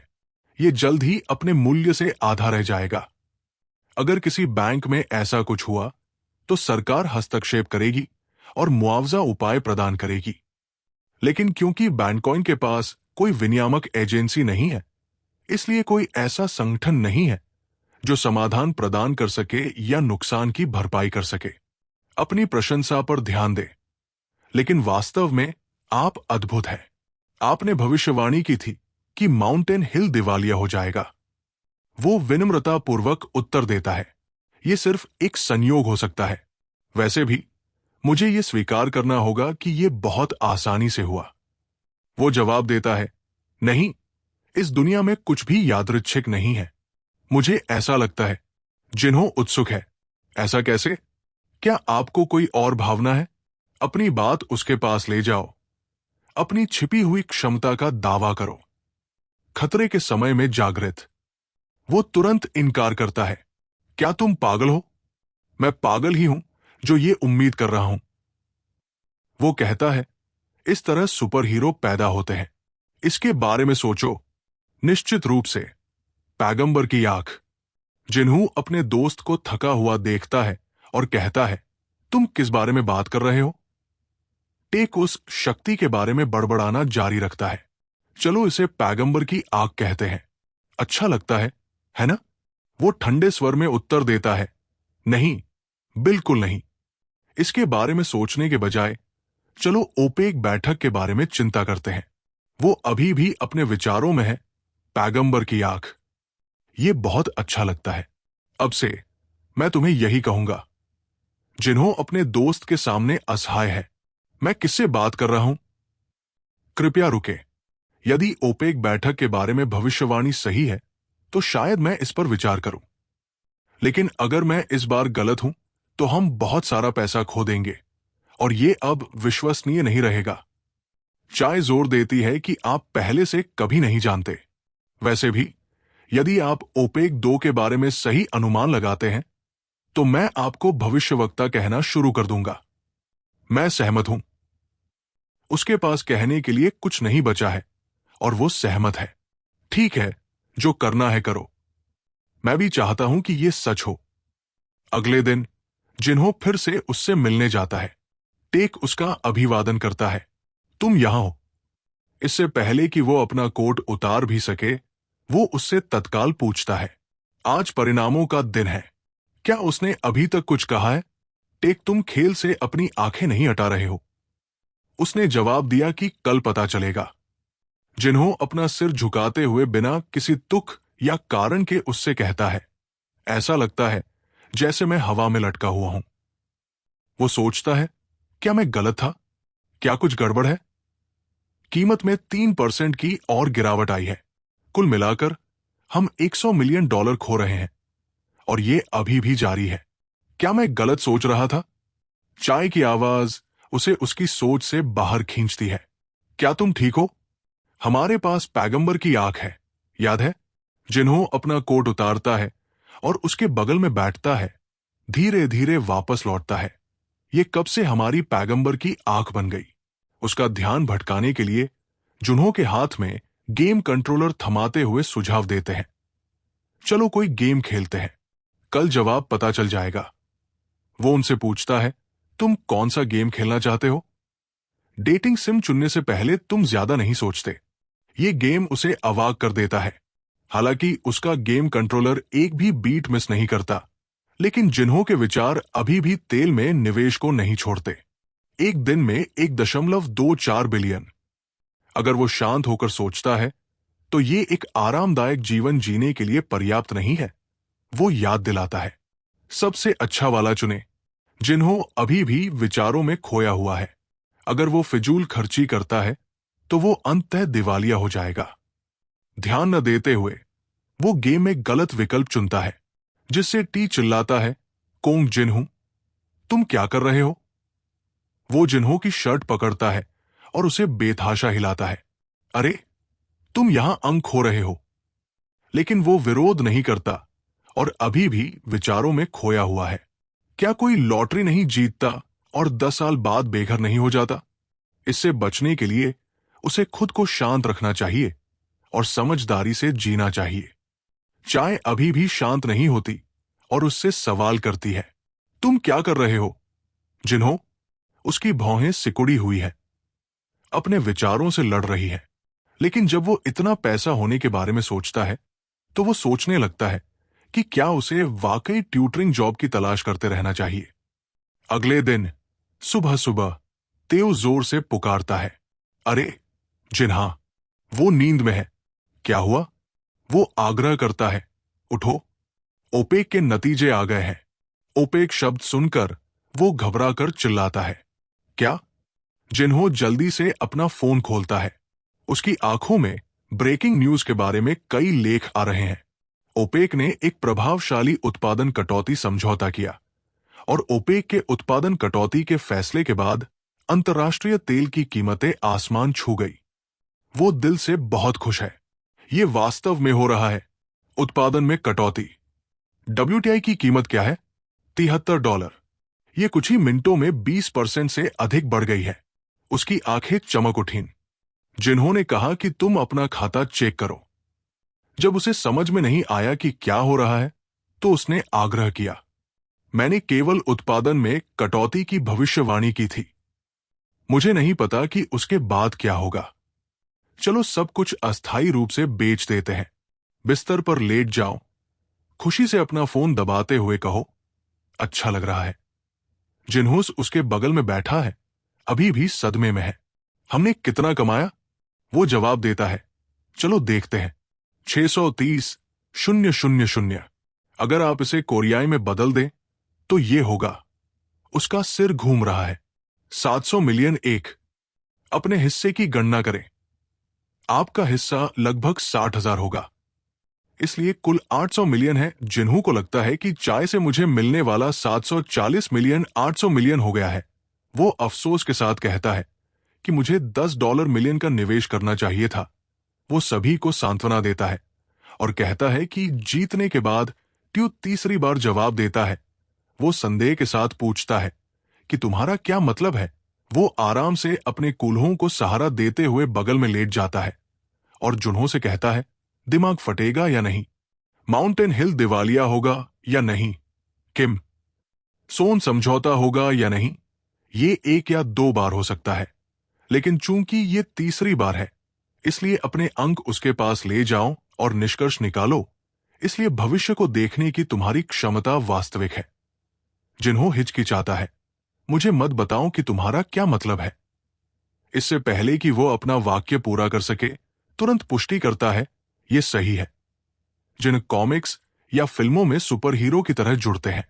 आमतौर पर जब लोग सुपर पावर के बारे में सोचते हैं, तो वे उड़ने या अपनी मुट्ठी से इमारतों को नष्ट करने या टेलीकिनेसिस से वस्तुओं को नियंत्रित करने के बारे में सोचते हैं।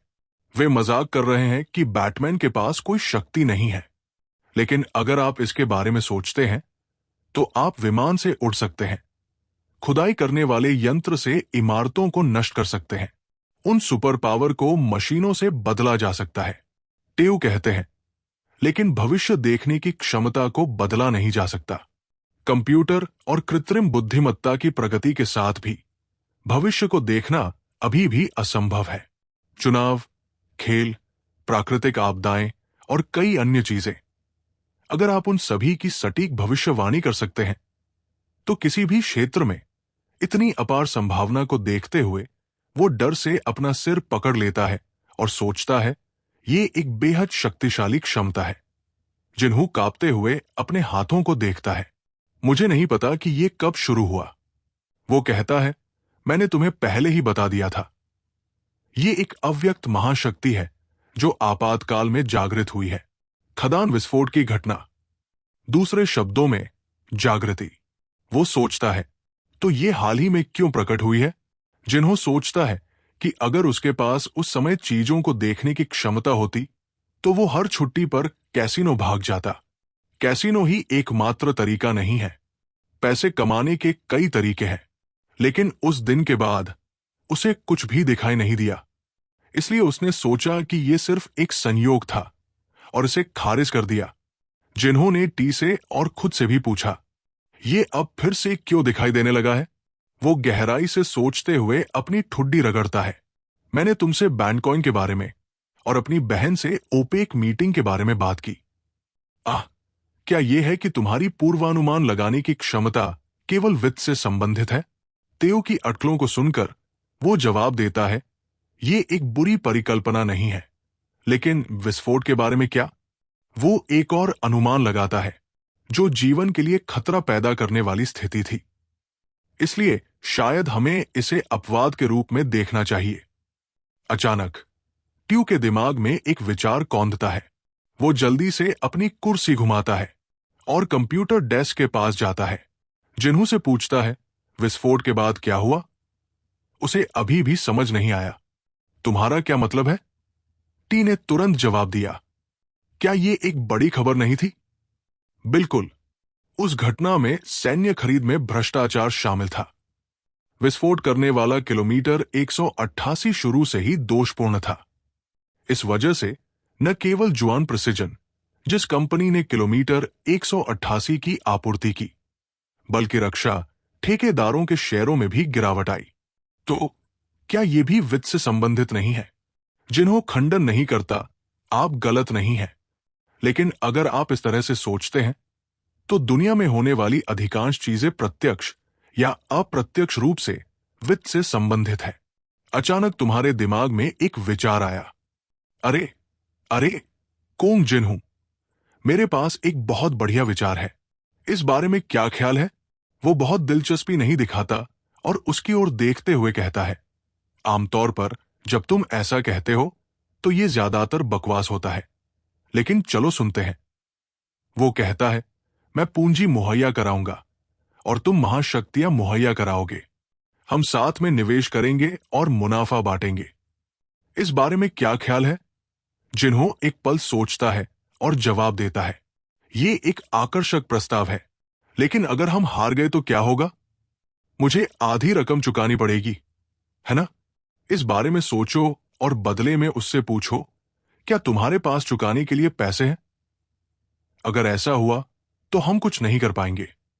जिन्हों गहराई से सोचता है तो तुम्हें अकेले ही सारा नुकसान उठाना पड़ेगा। क्या इस तरह का अनुबंध ठीक है? वो उसे मना लेता है। ये पैसे की शर्त है, लेकिन अब तक ये ठीक रहा है ना? जिन्हों अपनी कुर्सी पर पीछे झुक जाता है और कहता है, अगर मैं कर सकता तो मैं वास्तव में ऐसा करना चाहता। लेकिन वास्तव में एक बड़ी समस्या है। भले ही महाशक्ति वास्तविक हो, इस बात की कोई गारंटी नहीं है कि मैं जो देख रहा हूं वो 100% सटीक है। क्या होगा अगर ये मुझे केवल उच्च संभावना वाला भविष्य यादृच्छिक रूप से दिखाए? निवेश करने के लिए भविष्यवाणी करने की क्षमता पर निर्भर रहना। निवेश की जानकारी एक स्पष्ट और विश्वसनीय स्रोत से आनी चाहिए, अन्यथा ये बेकार है, भले ही आप लगातार सही हों। क्या होगा अगर आप अगली बार गलत हो? वो जो कह रहा है उससे उसका सिर घूम रहा है। जिन्हों तर्क करना जारी रखता है, क्योंकि अब तक आपने जितने भी हंस देखे हैं वे सभी सफेद हैं। इसका मतलब ये नहीं है कि काले हंस नहीं है। ये आगमनात्मक तर्क की भ्रांति है। अगर मेरी भविष्यवाणी करने की क्षमता गलत है और हम अरबों डॉलर खो देते हैं, तो क्या हम वास्तव में इससे निपट सकते हैं? वो स्थिति वो खंडन नहीं करता और केवल समस्या को उलट देता है। ये सही है, लेकिन क्या होगा अगर आपकी महाशक्ति वास्तविक है? क्या ये एक बढ़िया अवसर नहीं है? आपके पास एक महाशक्ति है और मेरे पास 13 बिलियन एक है। अगर हम दोनों को मिला दें तो हम बहुत सारा पैसा बना सकते हैं। चलो टेक, अपना हाथ बढ़ाते हुए कहता है। वो मेरे दोस्त को आमंत्रित करता है कि मेरा हाथ थाम लो। चलो एक साथ निवेशकों की दुनिया में प्रवेश करते हैं। जिन्हों ठिठोली से जवाब देता है, क्या होगा अगर मैं तुम्हारा हाथ नहीं थामता? टेव जम जाता है।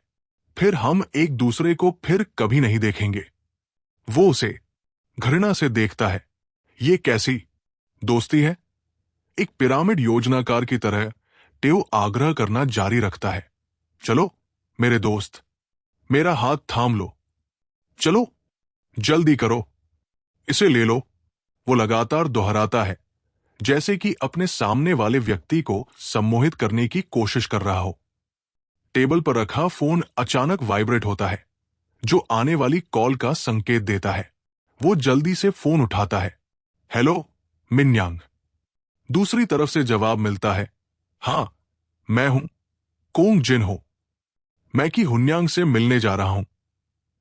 बियर पीने के लिए हांग डे पर आओ। क्या तुम शामिल होना चाहते हो? उसने कहा, तुम्हें भी आना चाहिए, क्योंकि तुम उसके असली जूनियर हो। जिन्हो तुरंत सहमत हो जाता है। अगर ये क्यों ह्योंग है तो मुझे शायद उससे मिलने जाना चाहिए। किस समय? उसने घोषणा की। ठीक है, 1 घंटे में स्कूल से पहले कुमा के बियर में मिलते हैं। वो सहमत हो जाता है। ठीक है। मिनो जल्दी से अपनी जैकेट पहनता है। ते उसे बचना चाहता है। मेरे पास योजनाएं हैं, इसलिए मैं वापस आने के बाद और बात करूंगा। वो उसके पीछे से पुकारता है, अरे अरे, मैंने बात पूरी नहीं की है अभी तक। मत जाओ मेरे दोस्त। कुमा का पब चमक रहा है। उसे आते देख मिन्योंग अपना हाथ हिलाता है। इधर सार्जेंट कोंग जिन्हू अपनी जैकेट उतारता है और अभिवादन में उसके साथ हाथ मिलाता है। मैं अब रिजर्विस्ट हूं। काफी समय हो गया है ना? वो चिंता से पूछता है, क्या सेना में आपकी सेवा अच्छी रही? मेज के चारों ओर देखते हुए वो कुछ अपरिचित चेहरे देखता है और पूछता है, ये लोग कौन हैं? जिन्हों का एक सहपाठी परिचय देने के लिए खड़ा होता है। मुझे उनका परिचय कराने दो। वे नए छात्र हैं जो इस साल शामिल हुए हैं। फिर वो 2 लड़कियों की ओर मुड़ता है और परिचय कराता है। ये कोंग जिन्हो है, मेरा सहपाठी। उसे अभी अभी छुट्टी मिली है। दोनों लड़कियां विनम्रता से खड़ी होकर अभिवादन करती हैं। नमस्ते सीनियर, छोटे बालों वाली लड़की ने परिचय दिया। मेरा नाम हैंग जिहाई है। उसके बगल में बैठी गोरी लड़की ने आगे कहा, मैं शिंगरी हूं। उसने विनम्रता से जवाब दिया, आपसे मिलकर अच्छा लगा। मैं कोंग जिन हूं। शराब का गिलास लेते हुए जिन्होंने पूछा कि ह्यूंग कहाँ है। उसने जवाब दिया, उसने कहा कि उसे कुछ काम है, इसलिए वो देर से आएगा। चलो पहले शुरू करते हैं। मिंग ने उससे उत्सुकता से पूछा, क्या तुम अगले साल स्कूल लौटने की योजना बना रहे हो? जिन हूड ने शराब पी और जवाब दिया, मैं अभी भी इसके बारे में सोच रहा हूं। उसके दिमाग में वो सोचता है कि अब जब आवास और ट्यूशन की समस्याएं हल हो गई हैं, तो जल्द से जल्द स्नातक होना सबसे अच्छा है। यूरी शराब की बोतल पकड़े हुए खड़ा होता है और उसकी ओर बढ़ता है, कहता है, मुझे एक ड्रिंक पिलाओ, सीनियर। जिन्हू ने भी अपना गिलास आगे बढ़ाया। धन्यवाद। उसे शराब पिलाने के बाद वो अनुमति मांगती है। क्या मैं भी पी सकता हूं? वो जवाब देता है, बेशक। यूरी अपना सिर पीछे फेंकती है और शराब का गिलास खत्म कर देती है। पीने के बाद उसके गाल लाल हो जाते हैं और वो अपना गिलास उठाती है, सभी को आंख मारती है और प्रशंसा पाती है। तुम भी पी सकते हो। वो शेखी बघारती है, मेरे लिए 3 बोतल सोजू कोई समस्या नहीं है। मियम अपना हाथ हिलाता है और पुकारता है, बाहर। वो यहां है, वरिष्ठ। वो सबसे पहले पास आता है, सभी से पूछता है, क्या सभी ठीक है? फिर वो पैट जिन्हों के कंधे की ओर मुड़ता है। वो अभिवादन करता है, स्वागत है, वरिष्ठ। की जवाब देता है, बहुत समय हो गया। कोंग जुन्हो, आपको छुट्टी दे दी गई है। आपको छुट्टी पर रहते हुए मुझसे संपर्क करना चाहिए था। वो उसके लिए शराब डालता है और विनम्रता से जवाब देता है, मुझे लगा कि आप नौकरी की तलाश में व्यस्त थे। आप कैसे जवान रहे? वो अपनी टाई ढीली करता है और विनम्रता से जवाब देता है, बस काम चला रहा हूं। जिन्हों भी बीच में बोलता है, कुछ वरिष्ठों से बेहतर है जिन्हें अभी भी नौकरी नहीं मिली है। वित्तीय क्षेत्र वर्तमान में नए कर्मियों की भर्ती कम कर रहा है ना? की ने अपना गिलास उठाया और जवाब दिया, ये सही है। सीबी ठीक हो सकता है, लेकिन आईबी अगले साल और भी कम नए लोगों की भर्ती करेगा। पुनर्गठन और पुनर्वितरण के बारे में बहुत सारी जानकारी है। इन दिनों कर्मचारियों की संख्या में कमी है। ये वास्तव में परेशान करने वाला है। उसका परिचय कराने वाले सहपाठी ने आश्चर्य से पूछा, पुनर्गठन? क्या केवाईबी सिक्योरिटीज अभी भी अच्छा प्रदर्शन कर रही है? उसने उत्तर दिया, इससे क्या फर्क पड़ता है? केवाईबी सिक्योरिटीज और डोरी विलय करने वाले हैं। दूसरी और चौथी सबसे बड़ी कंपनियां मिलकर उद्योग में नंबर 1 बन जाएंगी। एक बड़े निवेश बैंक का गठन अच्छी खबर है, लेकिन कर्मचारियों के लिए नहीं। पुनर्गठन हमेशा विलय के बाद होता है। जिन्हों बीच में टोकता है, लेकिन क्या आप अभी भी सुरक्षित नहीं हैं क्योंकि आप नए कर्मचारी हैं? वो दुख के साथ बताता है, यहां तक कि नए कर्मचारियों से भी स्वैच्छिक सेवानिवृत्ति के लिए आवेदन करने के लिए कहा जा रहा है, इसलिए ये वास्तव में मुश्किल है। वो कहते हैं, तेल भी उम्मीद के मुताबिक स्थिर नहीं है। अगर आप अपनी नौकरी छोड़ देते हैं तो आप कहां जाने की योजना बना रहे हैं? कि हंग जवाब देते हैं, मैं निजी इक्विटी क्षेत्र में देखने पर विचार कर रहा हूं। सहपाठी अपने सिर के पीछे हाथ रखते हैं और कहते हैं, आप हमेशा एमए में रुचि रखते हैं। मुझे लगा कि एक बार नौकरी मिल जाने के बाद सब ठीक हो जाएगा, लेकिन ऐसा नहीं लगता। वो अपना गिलास खाली करते हैं और कहते हैं, ये सही है। तो इस सब का उद्देश्य क्या है? बेहतरीन उद्यमी, लेकिन कोई महान निवेशक नहीं। यही इस देश की सच्चाई है। हमें कोरिया में भी ऐसे ही किसी व्यक्ति की जरूरत है, ताकि हम विदेशी पूंजी के साथ आत्मविश्वास से प्रतिस्पर्धा कर सकें। विदेशी मीडिया द्वारा मुनाफाखोरी के लिए हमारी लगातार आलोचना की जाती है। जिन्हों यून से पूछते हैं, क्या आपको लगता है कि वो दिन आएगा? वो थोड़ा लड़खड़ाते हुए जवाब देता है, कौन जानता है, शायद वॉरेन बफेट के कोरियाई संस्करण जैसा कोई प्रतिभाशाली निवेशक दिखाई दे। यूरी का फोन बजता है। वो फोन उठाती है और जवाब देती है, हां, मैं सीनियर्स के साथ कुमा के पब में हूं। हां, तुम भी आ रही हो? उसके बगल में बैठी सहपाठी उत्सुकता से पूछती है, कौन है? यून जवाब देती है, ये सीनियर सियोना है। मैं आज उससे मिलने की योजना बना रही थी, लेकिन जब मैंने उसे बताया कि मैं सीनियर्स के साथ शराब पी रही हूं, तो उसने कहा कि वो यहां आएगी। कोई चिल्लाता है, क्या? जिन्हों को कुछ डर लगता है। सभी लोग चौंक कर पूछते हैं, तुमने सियोना को यहां क्यों बुलाया? वो समझ नहीं पाती कि क्या हो रहा है और हकलाते हुए कहती है, क्यों? क्या गड़बड़ है? क्या मुझे उसे यहां नहीं बुलाना चाहिए था? मिन्योंग ने बताया कि ऐसा इसलिए हुआ क्योंकि इससे पहले कि वो अपनी बात पूरी कर पाता, एक खूबसूरत लड़की दरवाजे के बाहर से अंदर आती है। यहां लोगों को देखकर वो चौंक जाती है। वो चौंक जाता है और पीछे मुड़कर एक नाम बोलता है, सियोना। वो भी हकलाते हुए कहती है, कोंग जिन्हा। मैक्स कॉफी कैफे में ब्रेकअप के बाद ये उनकी पहली मुलाकात थी। दोनों एक दूसरे से बैठकर कुछ शब्द कहते हुए बात करते हैं। वो कहती है, 2 साल हो गए हैं, है ना? जिन्होंने ठंडे स्वर में उत्तर दिया, ये सही है। सियोना चिंता से पूछती है, क्या सेना में आपका समय अच्छा रहा? वो संक्षिप्त उत्तर देता है, बेशक, मैं ठीक था। अब जिनहू की बारी है कि वो अपनी स्थिति के बारे में पूछे। क्या आप अभी भी उस सीनियर के साथ ठीक से रह रहे हैं? सियोना सिर हिलाती है और कहती है, हम ठीक चल रहे हैं। कोजन ह्यून, सीनियर जो स्कूल फेस्टिवल में आया था, बड़े जीएच निर्माण समूह का तीसरा बेटा। उसने उसे केवल थोड़ी देर के लिए देखा, लेकिन वो सुंदर लग रहा था और उसका व्यक्तित्व अच्छा था। भर्ती होने के कुछ समय बाद उसने मिन्योंग से सुना कि सियोना उस सीनियर को डेट कर रही थी। वो उसे सीधे आंखों में देखने की हिम्मत नहीं करती। जिन्हू टिप्पणी करता है, तुम बहुत बदल गए हो। तुम पहले थोड़े ज्यादा विनम्र हुआ करते थे। सियोना ने शांति से जवाब दिया, समय हमेशा लोगों को बदल देता है। जब तुम मुश्किल दौर से गुजर रहे थे, तब ब्रेकअप करने के लिए मुझे खेद है। वो कुर्सी की पीठ पर हाथ रखता है और आराम से अपने ड्रिंक का घूंट लेता है। खैर, ये सब अतीत की बात है। वो दुख के साथ कबूल करती है, जुनू, मैं तुम्हें सच में पसंद करती थी। वो अविश्वास में भौहें सिकोड़ता है, सियोना की ओर देखता है।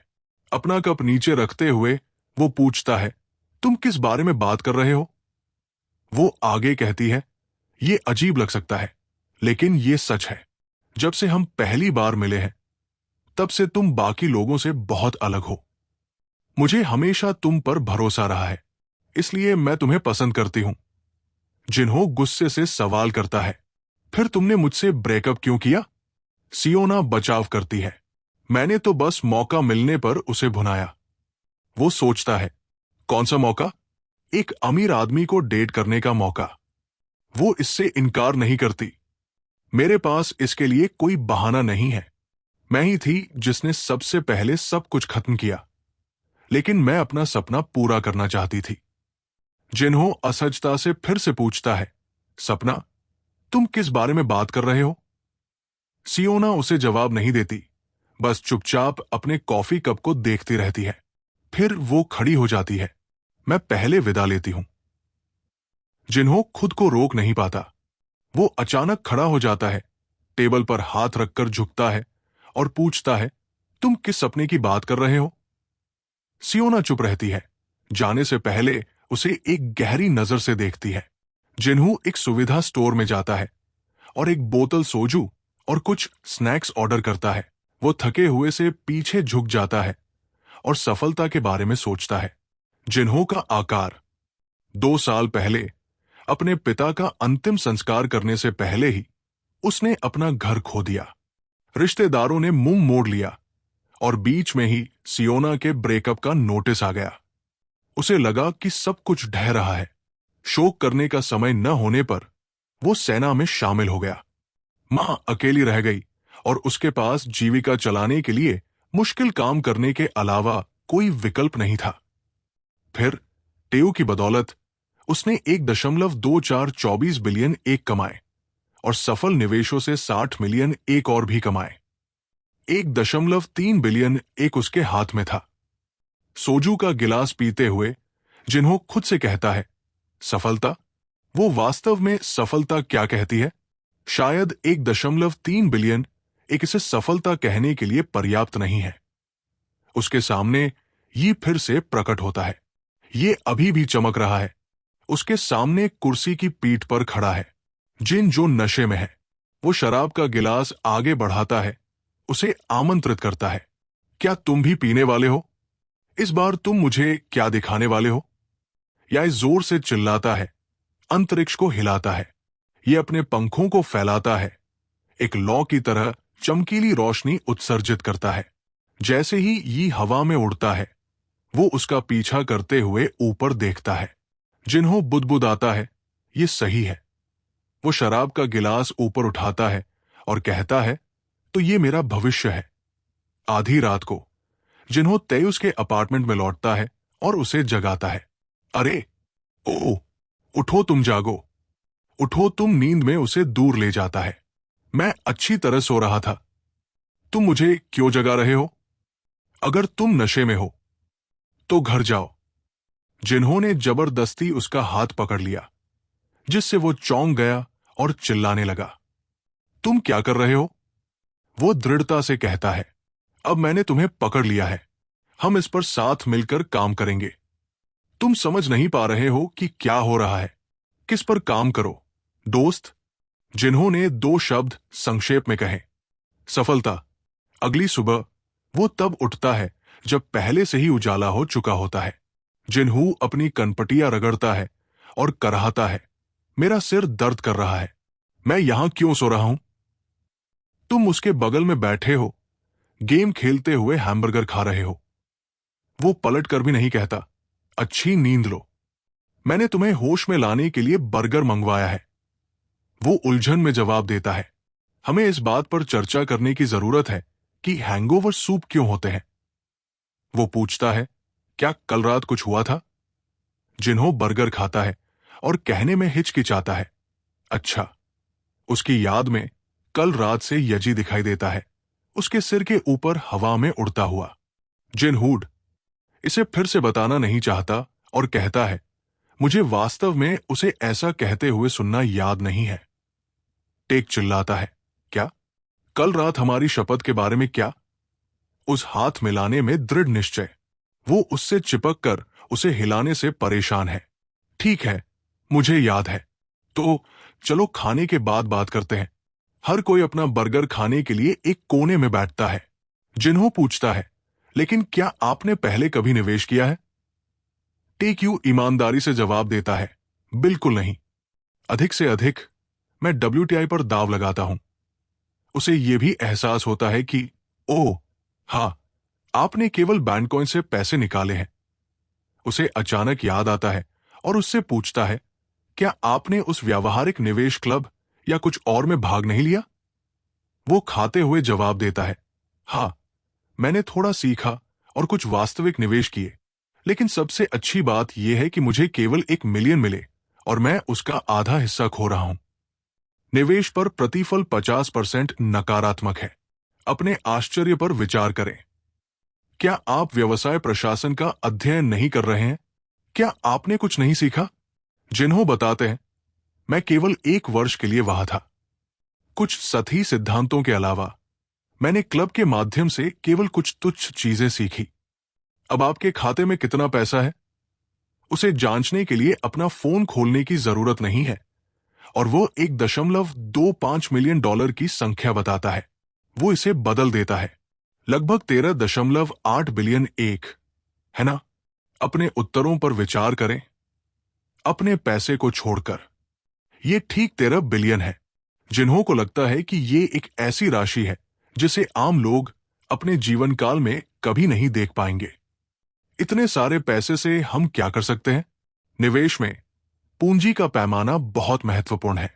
10 मिलियन से 100 मिलियन एक कमाने के लिए आपको 1000% का निवेश पर प्रतिफल प्राप्त करने की आवश्यकता है, लेकिन 10 बिलियन एक के साथ सिर्फ 1% ही काफी है। इस बार तेओ आसानी से 700 मिलियन एक कमा पाया। इसका कारण उसकी पूंजी थी, लेकिन नुकसान का जोखिम भी उतना ही बड़ा है। वो पूछता है, तो हमें कहां से शुरू करना चाहिए? जिन्हों ने नोटिस किया, वो फिर से उत्साहित हो गया। वो पूछता है, तुम 13 बिलियन एक के साथ निवेश क्यों करना चाहते हो? अपने मुड़े हुए कागज को उठाकर उसके पीछे फेंक देता है और कहता है, जितना ज्यादा पैसा उतना अच्छा, है ना? जिन्हू जवाब देता है, ये सच है, इसलिए मैं इसका खंडन नहीं कर सकता। वो एक और कारण बताता है, इसके अलावा ये काफी दिलचस्प है। ये एक खेल खेलने जैसा लगता है। वो कहता है, ये तभी दिलचस्प है जब तुम पैसे कमाते हो, और हारने के बाद ये और मजेदार नहीं रह जाता। तेओ उससे ये भी पूछता है, तुम्हारा क्या? क्या ऐसा कुछ है जो तुम पैसे कमाने के बाद करना चाहते हो? जिन्हू मुस्कुराते हुए जवाब देता है, वास्तव में नहीं। निवेश करने के लिए आपको एक दृष्टि की आवश्यकता होती है। आपको अपनी आंखों के सामने एक चील या धुआं दिखाई देने की आवश्यकता होती है, लेकिन यह स्पष्ट नहीं है कि यह कब या कैसे होता है। उसे यकीन नहीं है, लेकिन जब उसे कुछ जानकारी मिलती है तो यह एक प्रतिवर्त की तरह लगता है। जिन्हों सोचता है, क्या वो वास्तव में वित्तीय मामलों की भविष्यवाणी कर सकता है? लेकिन टी कहता है कि नहीं। वो सोचते हुए अपने होंठ काटता है और फिर कहता है, सबसे पहले मुझे जानकारी चाहिए। पिछले कुछ दिनों से वो सभी नवीनतम आर्थिक लेख पढ़ रहा है और स्टॉक एक्सचेंज में सूचीबद्ध बड़े कैप स्टॉक की जांच कर रहा है। निवेश में जानकारी पूंजी जितनी ही महत्वपूर्ण है। स्टॉक की कीमतें, तेल की कीमतें, सोने की कीमतें, विनिमय दरें, बॉन्ड यील्ड, सभी उस जानकारी के आधार पर उतार चढ़ाव करते हैं। आज अच्छी तरह से विकसित सूचना प्रकटीकरण प्रणाली के कारण संगठन और कंपनियां महत्वपूर्ण जानकारी का खुलासा करने के लिए मजबूर है। इसके कारण वो कंपनियों के बारे में सभी अच्छी और बुरी खबरें जान सकता है, लेकिन सार्वजनिक जानकारी, यहां तक कि उसके जैसे लोग भी पहुंच सकते हैं, बहुत कम मूल्य की है। अच्छी खबर वाले स्टॉक की कीमत बढ़ गई है और बुरी खबर वाले स्टॉक की कीमत घट गई है। जिन्हों कंप्यूटर के सामने लेट गया और उदास होकर कहने लगा, बिल्कुल कोई प्रतिक्रिया नहीं है। मुझे माउंटेन हिल या ओपेक जैसी अंदरूनी जानकारी चाहिए। बिस्तर पर लेटे लेटे खेल खेलते हुए अपने झूठ को ले लो और सहजता से कहो, भले ही तुम्हारे पास दूरदर्शिता हो, चीजें तुरंत नहीं होती। वो अपना चेहरा टेबल पर रखता है और कहता है, मुझे ये सापेक्ष अभाव क्यों महसूस हो रहा है? वो सुझाव देता है, हम पहले एक अनुबंध क्यों नहीं चुनते? वो हैरान है, कौन सा अनुबंध? अपने जवाबों को ले लो। एक अनुबंध जिसमें कहा गया है कि हम लाभ को 50/50 में विभाजित करेंगे। मेरी बहन हमेशा कहती है कि आप जितने करीब होंगे, ये चीजें उतनी ही स्पष्ट होनी चाहिए।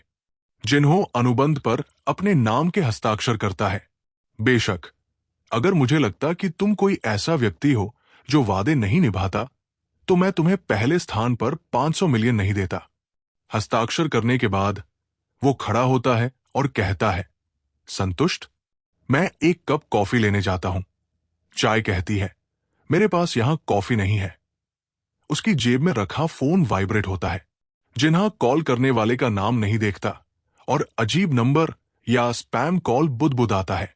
जैसे ही वो फोन उठाता है, दूसरी तरफ से एक साफ महिला की आवाज आती है। वो पूछती है, क्या ये कोंग जिन्हों का फोन है? वो जवाब देता है, हां, ये मैं हूं। ये कौन है? दूसरी तरफ से मौजूद व्यक्ति अपना परिचय देता है। ये मैं हूं, शिन यूरी। क्या तुम्हें याद है, सीनियर? जिन्हों शिनुरी नाम दोहराता है। उसे याद आता है, क्या वो सुनहरे बालों वाली फ्रेशमैन नहीं है?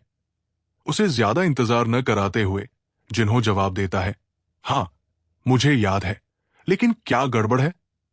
वो बिना किसी बात को घुमाए फिराए पूछती है, अगर तुम फ्री हो तो क्या तुम कॉफी पीने जाना चाहोगी? अपार्टमेंट में टेक जिन्हों के लिए जानकारी का आदान प्रदान करता है। मैंने खोज की और पाया कि पहले एक विस्फोट हुआ था। यह रिलीज के 3 दिन बाद हुआ। समुदाय पर एक फोटो भी पोस्ट की गई थी। ये चार्ज करते समय फट गया, बिल्कुल मेरे जैसा। सियोसन इलेक्ट्रॉनिक्स की त्वरित प्रतिक्रिया के कारण घटना को जल्दी ही कवर कर लिया गया। उसके बाद भी ब्लॉग और फेसबुक नोट्स पर कई ऐसी ही पोस्ट थी। अगर आप अप्रतिबंधित मामलों की गिनती करें तो शायद और भी ज्यादा होंगे। निर्माता के दृष्टिकोण से वे गुणवत्ता संबंधी समस्याएं नहीं चाहते हैं। अगर वे मुआवजे के पैसे से लोगों को चुप कराने की कोशिश करते हैं तो इसमें कोई आश्चर्य की बात नहीं है। वो आगे पूछता है, क्या सीईओ ने कारण के बारे में कुछ कहा? वो जवाब देता है, उन्होंने कहा कि यह बाहरी प्रभाव के कारण था। वास्तव में फोन का फटना असामान्य नहीं है, समस्या दर है। ये अलग है अगर 10 लाख में से एक डिवाइस फटता है जबकि 10,000 में से एक डिवाइस फटता है। विस्फोटों के अलावा कुछ छोटी मोटी समस्याएं हैं, लेकिन इससे बिक्री पर कोई खास असर नहीं पड़ता। एनफोन 7 के रिलीज होने तक ऐसा लगता है कि S6 हावी रहेगा। जिन्हों पूछता है, क्या उत्पादन प्रक्रिया में कोई समस्या है? टेक यू असहमत है। ऐसा कोई तरीका नहीं है कि सेयो ऐसी गलती करे जो एक छोटी कंपनी भी ना करे। वो अपनी खोज को लेकर उत्साहित है। वैसे भी ये एक अवसर है, हमें कुछ बढ़िया जानकारी मिली है, चलो जल्दी से कुछ करते हैं। वो उसे रोकता है, रुको, अगर सियोसांग इलेक्ट्रॉनिक्स पहले उत्पादन बंद करने की घोषणा करता है तो सब कुछ खत्म हो जाएगा। बैंकॉइन बेचना कोई निवेश नहीं था, यह सिर्फ जोखिम से बचने के लिए था। भले ही माउंटेन हिल दिवालिया न हुआ हो, लेकिन हमारे पास खोने के लिए कुछ नहीं था। लेकिन यह मामला अलग है। अगर यह सिर्फ एक छोटा सा निवेश होता तो हमें इतना सोचने की जरूरत नहीं होती। ये मानते हुए कि उत्पादन बंद होने से निश्चित रूप से लाभ होगा, हमें उत्पादन बंद होने का समय और उसके प्रभावों को निर्धारित करने की जरूरत है ताकि हम ये तय कर सके कि निवेश कैसे करना है। आइए कुछ और दिनों तक स्थिति पर नजर रखें। टेबल पर विस्फोटित फोन अभी भी चुपचाप पड़ा हुआ है। अगले दिन सेयो का एक कर्मचारी विस्फोटित उत्पाद को लेने आता है और कहता है, हम आपको जांच के बाद नकद मुआवजे के बारे में कारण बताएंगे।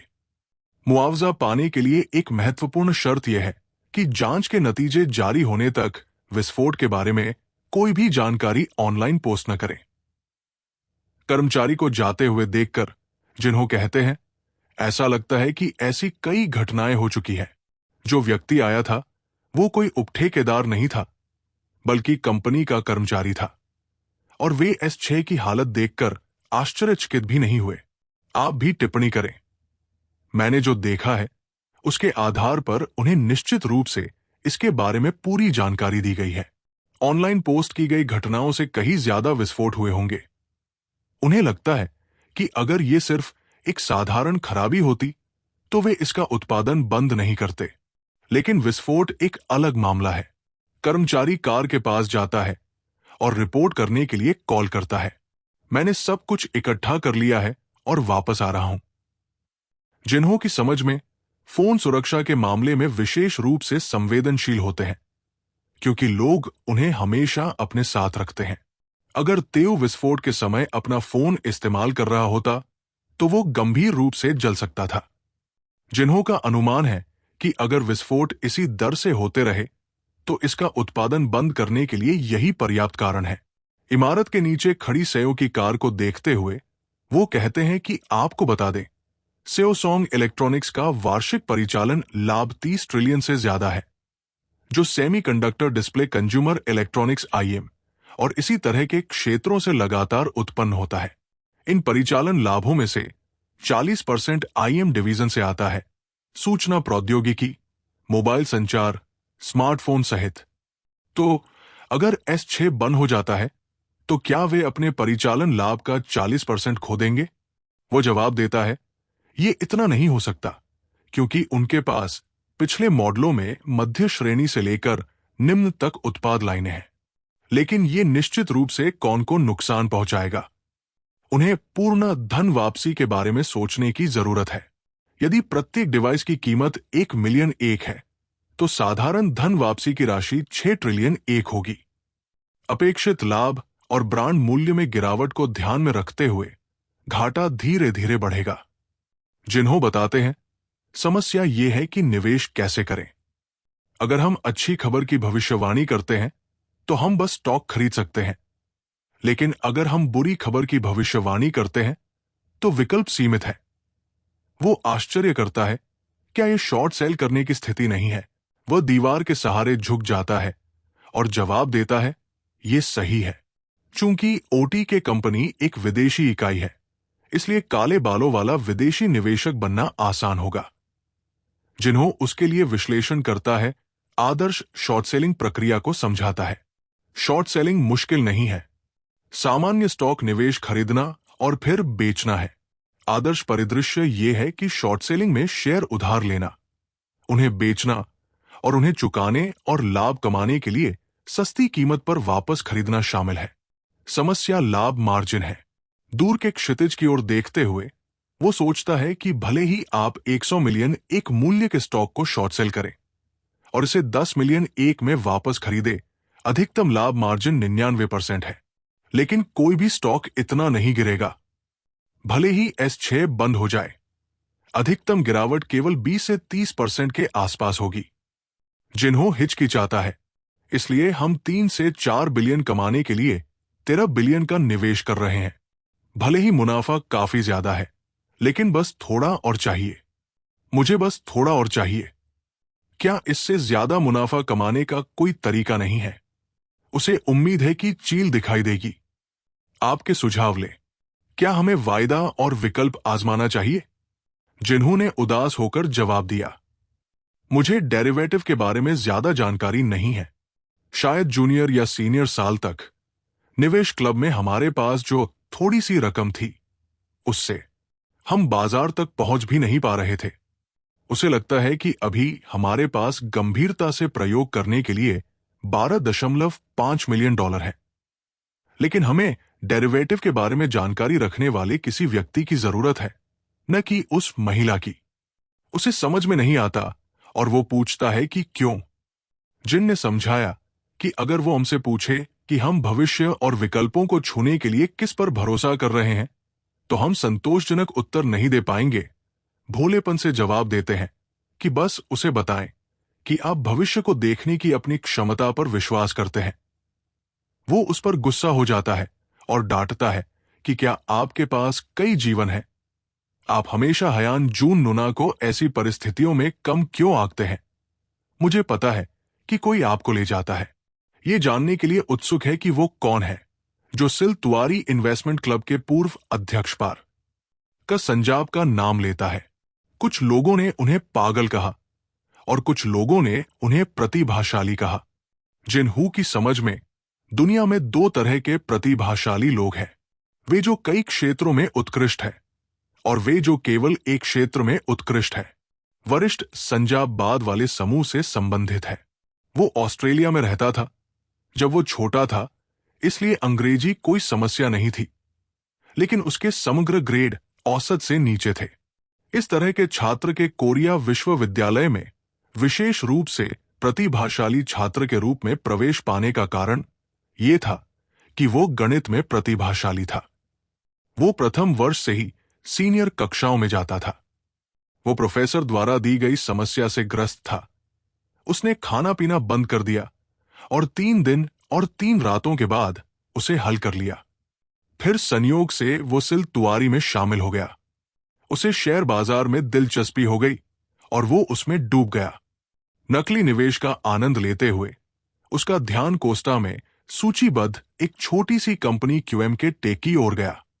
गणित में किसी प्रतिद्वंद्वी के बिना सीनियर ने भविष्यवाणी की कि क्यूएम के टेक के शेयर की कीमत 10 गुना बढ़ जाएगी, और यह सोचकर कि वो इस अवसर को नहीं चूक सकता, उसने अपने कमरे की जमा राशि से 5 मिलियन एक निकाले और क्यूएम के टेक के सभी शेयर खरीद लिए। और अपने दोस्त के घर से क्लब रूम में लगभग 2 सप्ताह के लिए जाने के बाद आश्चर्यजनक रूप से क्यूएम के टेक ने लगातार अधिकतम हिट किया, क्योंकि ये उस समय ट्रेंडिंग आईओटी विषय से संबंधित था। करीब 2 महीने में कई सालों से स्थिर स्टॉक की कीमत 10 गुना बढ़ गई। निवेश के 1 महीने में ही 5 मिलियन एक 50 मिलियन एक हो गया। अपने पहले निवेश में सफल होने के बाद उन्होंने सब कुछ छोड़ दिया और अपनी सारी ऊर्जा कंपनियों के विश्लेषण में लगा दी। हालांकि उन्हें कभी कभी नुकसान भी हुआ, लेकिन जिन्हों की याद में हमेशा यही व्यक्ति बुदबुदाता रहा, यह निश्चित रूप से विफल होगा। मुझे जल्दी से नुकसान कम करना होगा और अपनी स्थिति बदलनी होगी। वे आगे याद करते हैं, लगातार लाभ कमाने के बाद जब मैं क्लब में शामिल हुआ तो सीनियर संजी का निवेश कोष बढ़कर 300 मिलियन एक हो गया था। एक बड़ी राशि जिसे आम छात्र कभी छूने की हिम्मत नहीं करेंगे। एक आम व्यक्ति उससे संतुष्ट हो जाएगा। लेकिन सीनियर संजी को लगा कि यह अभी भी पर्याप्त नहीं है। उन्हें सबसे बड़ा अफसोस अपने शुरुआती निवेश कोष का था। यदि उनका आरंभिक निवेश कोष मात्र 100 मिलियन एक होता तो वे 6 बिलियन एक का लाभ कमा सकते थे। अधिक लाभ की तलाश में सीनियर संजी ने विकल्प बाजार का अध्ययन और विश्लेषण किया, और जब उन्हें विश्वास हो गया तो जिस शेयर ने उनका ध्यान आकर्षित किया वो था सीएल केमिकल्स। सीनियर ने निर्धारित किया कि सीएल केमिकल्स का मूल्यांकन बहुत कम किया गया था। उन्होंने भविष्यवाणी की कि इसका मूल्य दोगुना हो जाएगा। उन्होंने अपने सभी शेयर नकद में बेच दिए और सीएल केमिकल्स पर कॉल ऑप्शन खरीदना शुरू कर दिया।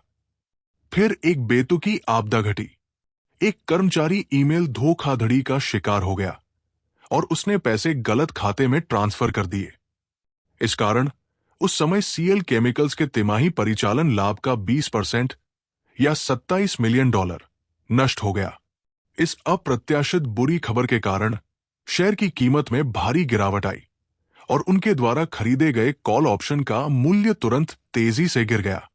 अपनी स्थिति को समाप्त करने के बजाय सीनियर ने जोखिम उठाया और अधिक कॉल विकल्प खरीदने के लिए अधिकतम कानूनी ब्याज दर पर एक ऋणदाता से पैसे उधार लिए। विकल्पों की समाप्ति तिथि पर स्टॉक की कीमत ठीक नहीं हुई और उसने जो 300 मिलियन का निवेश किया था वो शून्य हो गया। जब वो ऋण नहीं चुका सका तो ऋणदाता की ओर से अवैध ऋण वसूली गतिविधियां शुरू हो गई और सीनियर सनोप गायब हो गया। उसके बाद सीएल केमिकल के स्टॉक की कीमत बढ़ गई। लेकिन ये एक और समय की कहानी है। यदि सीनियर संजप ने वास्तविक शेयर खरीदे होते तो 300 मिलियन का निवेश 700 मिलियन हो जाता। लेकिन क्योंकि वो विकल्पों में डूब गया था, इसलिए वो एक पैसा भी नहीं कमा पाया। एक रेस्तरां में संजी ने उसे खुशी से बधाई दी। बहुत समय हो गया। कोंग जिन्हों ने चिंता के साथ पूछा, तुम कैसे हो हैंग? तुम्हारा नया फोन नंबर ढूंढना थोड़ा मुश्किल था। वो दिल खोलकर हंसता है और बार बार कहता है, क्षमा करें, क्षमा करें। लेकिन क्या आप वास्तव में हमारा इलाज करने जा रहे हैं? वो जवाब देता है, आप हमेशा हमारे लिए भुगतान करते हैं। वो जिन्हों के बगल में बैठे सम्मानित व्यक्ति को देखता है और पूछता है, लेकिन ये कौन है? फिर वो टे के कंधे को थपथपाता है और परिचय देता है, वो मेरा दोस्त है, ओ तुम्हें ले लो। वो विनम्रता से झुकता है, आपसे मिलकर अच्छा लगा। सैंजम को जल्दी से याद आता है और पूछता है, क्या आप वो दोस्त हैं जिसने हाई स्कूल में बैंडकॉइन खरीदा था? बहुत बुरा हुआ। अगर आपको अपनी निजी कुंजी मिल गई होती तो आप शायद अब तक अमीर हो गए होते। वो चिंता से पूछता है, तो आप गायब होने के बाद से क्या कर रहे हैं? वो याद करते हैं, कुछ समय तक मैंने जो भी काम मिल सकता था किया। निर्माण कार्य में काम करना, ड्राइविंग का काम करना, ऐसी ही चीजें।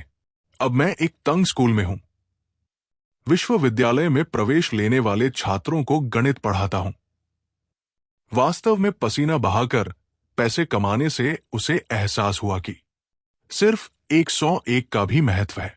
उसके पास लगभग 2 मिलियन बचे हैं।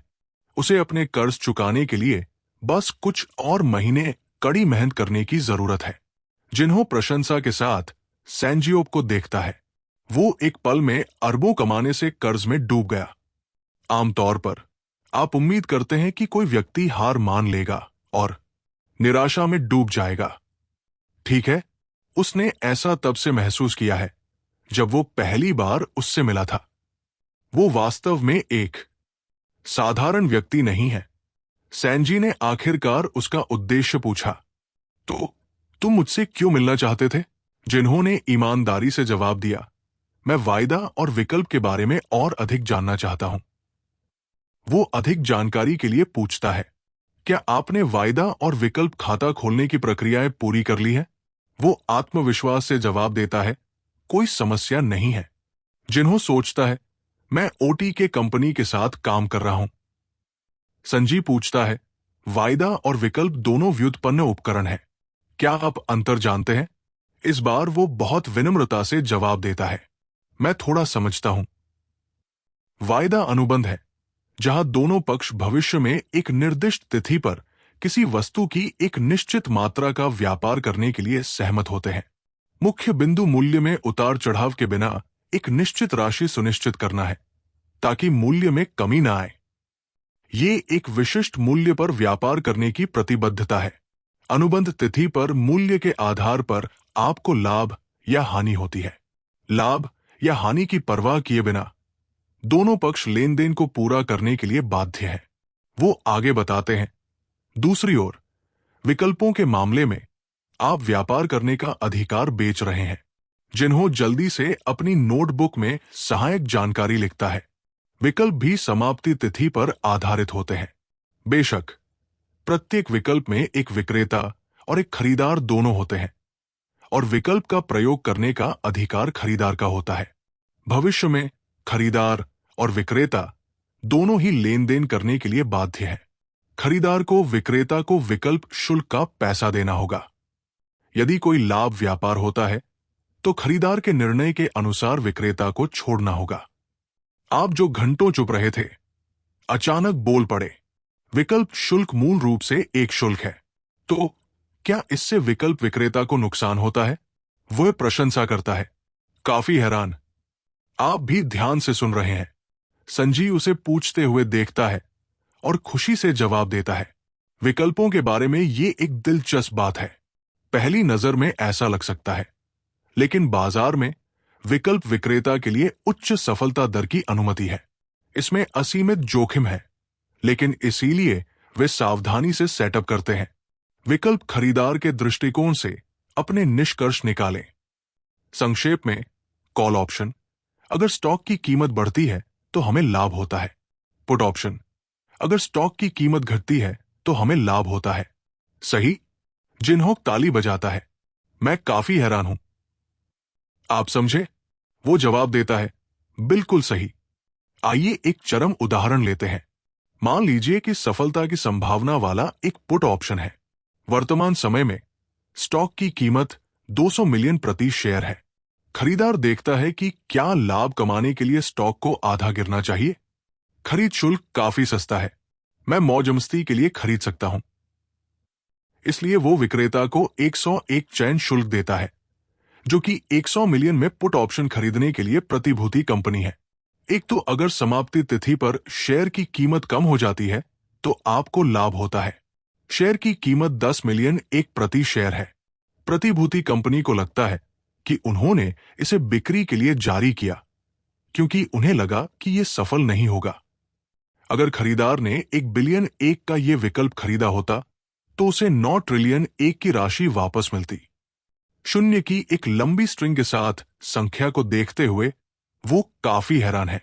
संजीव ड्रिंक का कैन खोलते हुए आगे कहते हैं, बेशक ऐसी चीजें वास्तव में लगभग कभी नहीं होती है। अच्छी खबरों के बजाय हमेशा बुरी खबरें होती है, जैसे कि अंतर्राष्ट्रीय आतंकवादी हमला या कोई बड़ा दिवालियापन। जब ऐसी चीजें होती हैं तो पुट ऑप्शन की कीमत सैकड़ों गुना बढ़ जाती है और ऑप्शन विक्रेता को वो राशि चुकानी पड़ती है। तीनों खाते हैं और बात करते हैं, ग्रिल पर मांस को चटकाते हुए पलटते हैं और कहते हैं, धन्यवाद सीनियर। मुझे लगता है कि मैंने जो भी सिद्धांत सीखे हैं वे धीरे धीरे एक दूसरे से जुड़ते जा रहे हैं। वो उन दोनों को सलाह देता है। मैं विकल्पों के साथ खेलने की सलाह नहीं देता, लेकिन आप वास्तव में क्या करने की कोशिश कर रहे हैं? जिन्होंने ईमानदारी से जवाब दिया, तो इलेक्ट्रॉनिक्स। संजी ने उसका इरादा पूछा, क्या यह कॉल ऑप्शन है या पुट ऑप्शन? जिन्होंने जवाब दिया, पुट ऑप्शन। उसे आश्चर्य हुआ कि ऐसा क्यों है। S6 अभी अभी रिलीज हुआ है और काफी अच्छा प्रदर्शन कर रहा है। उसने पुष्टि की कि S6 को बंद कर दिया जाएगा।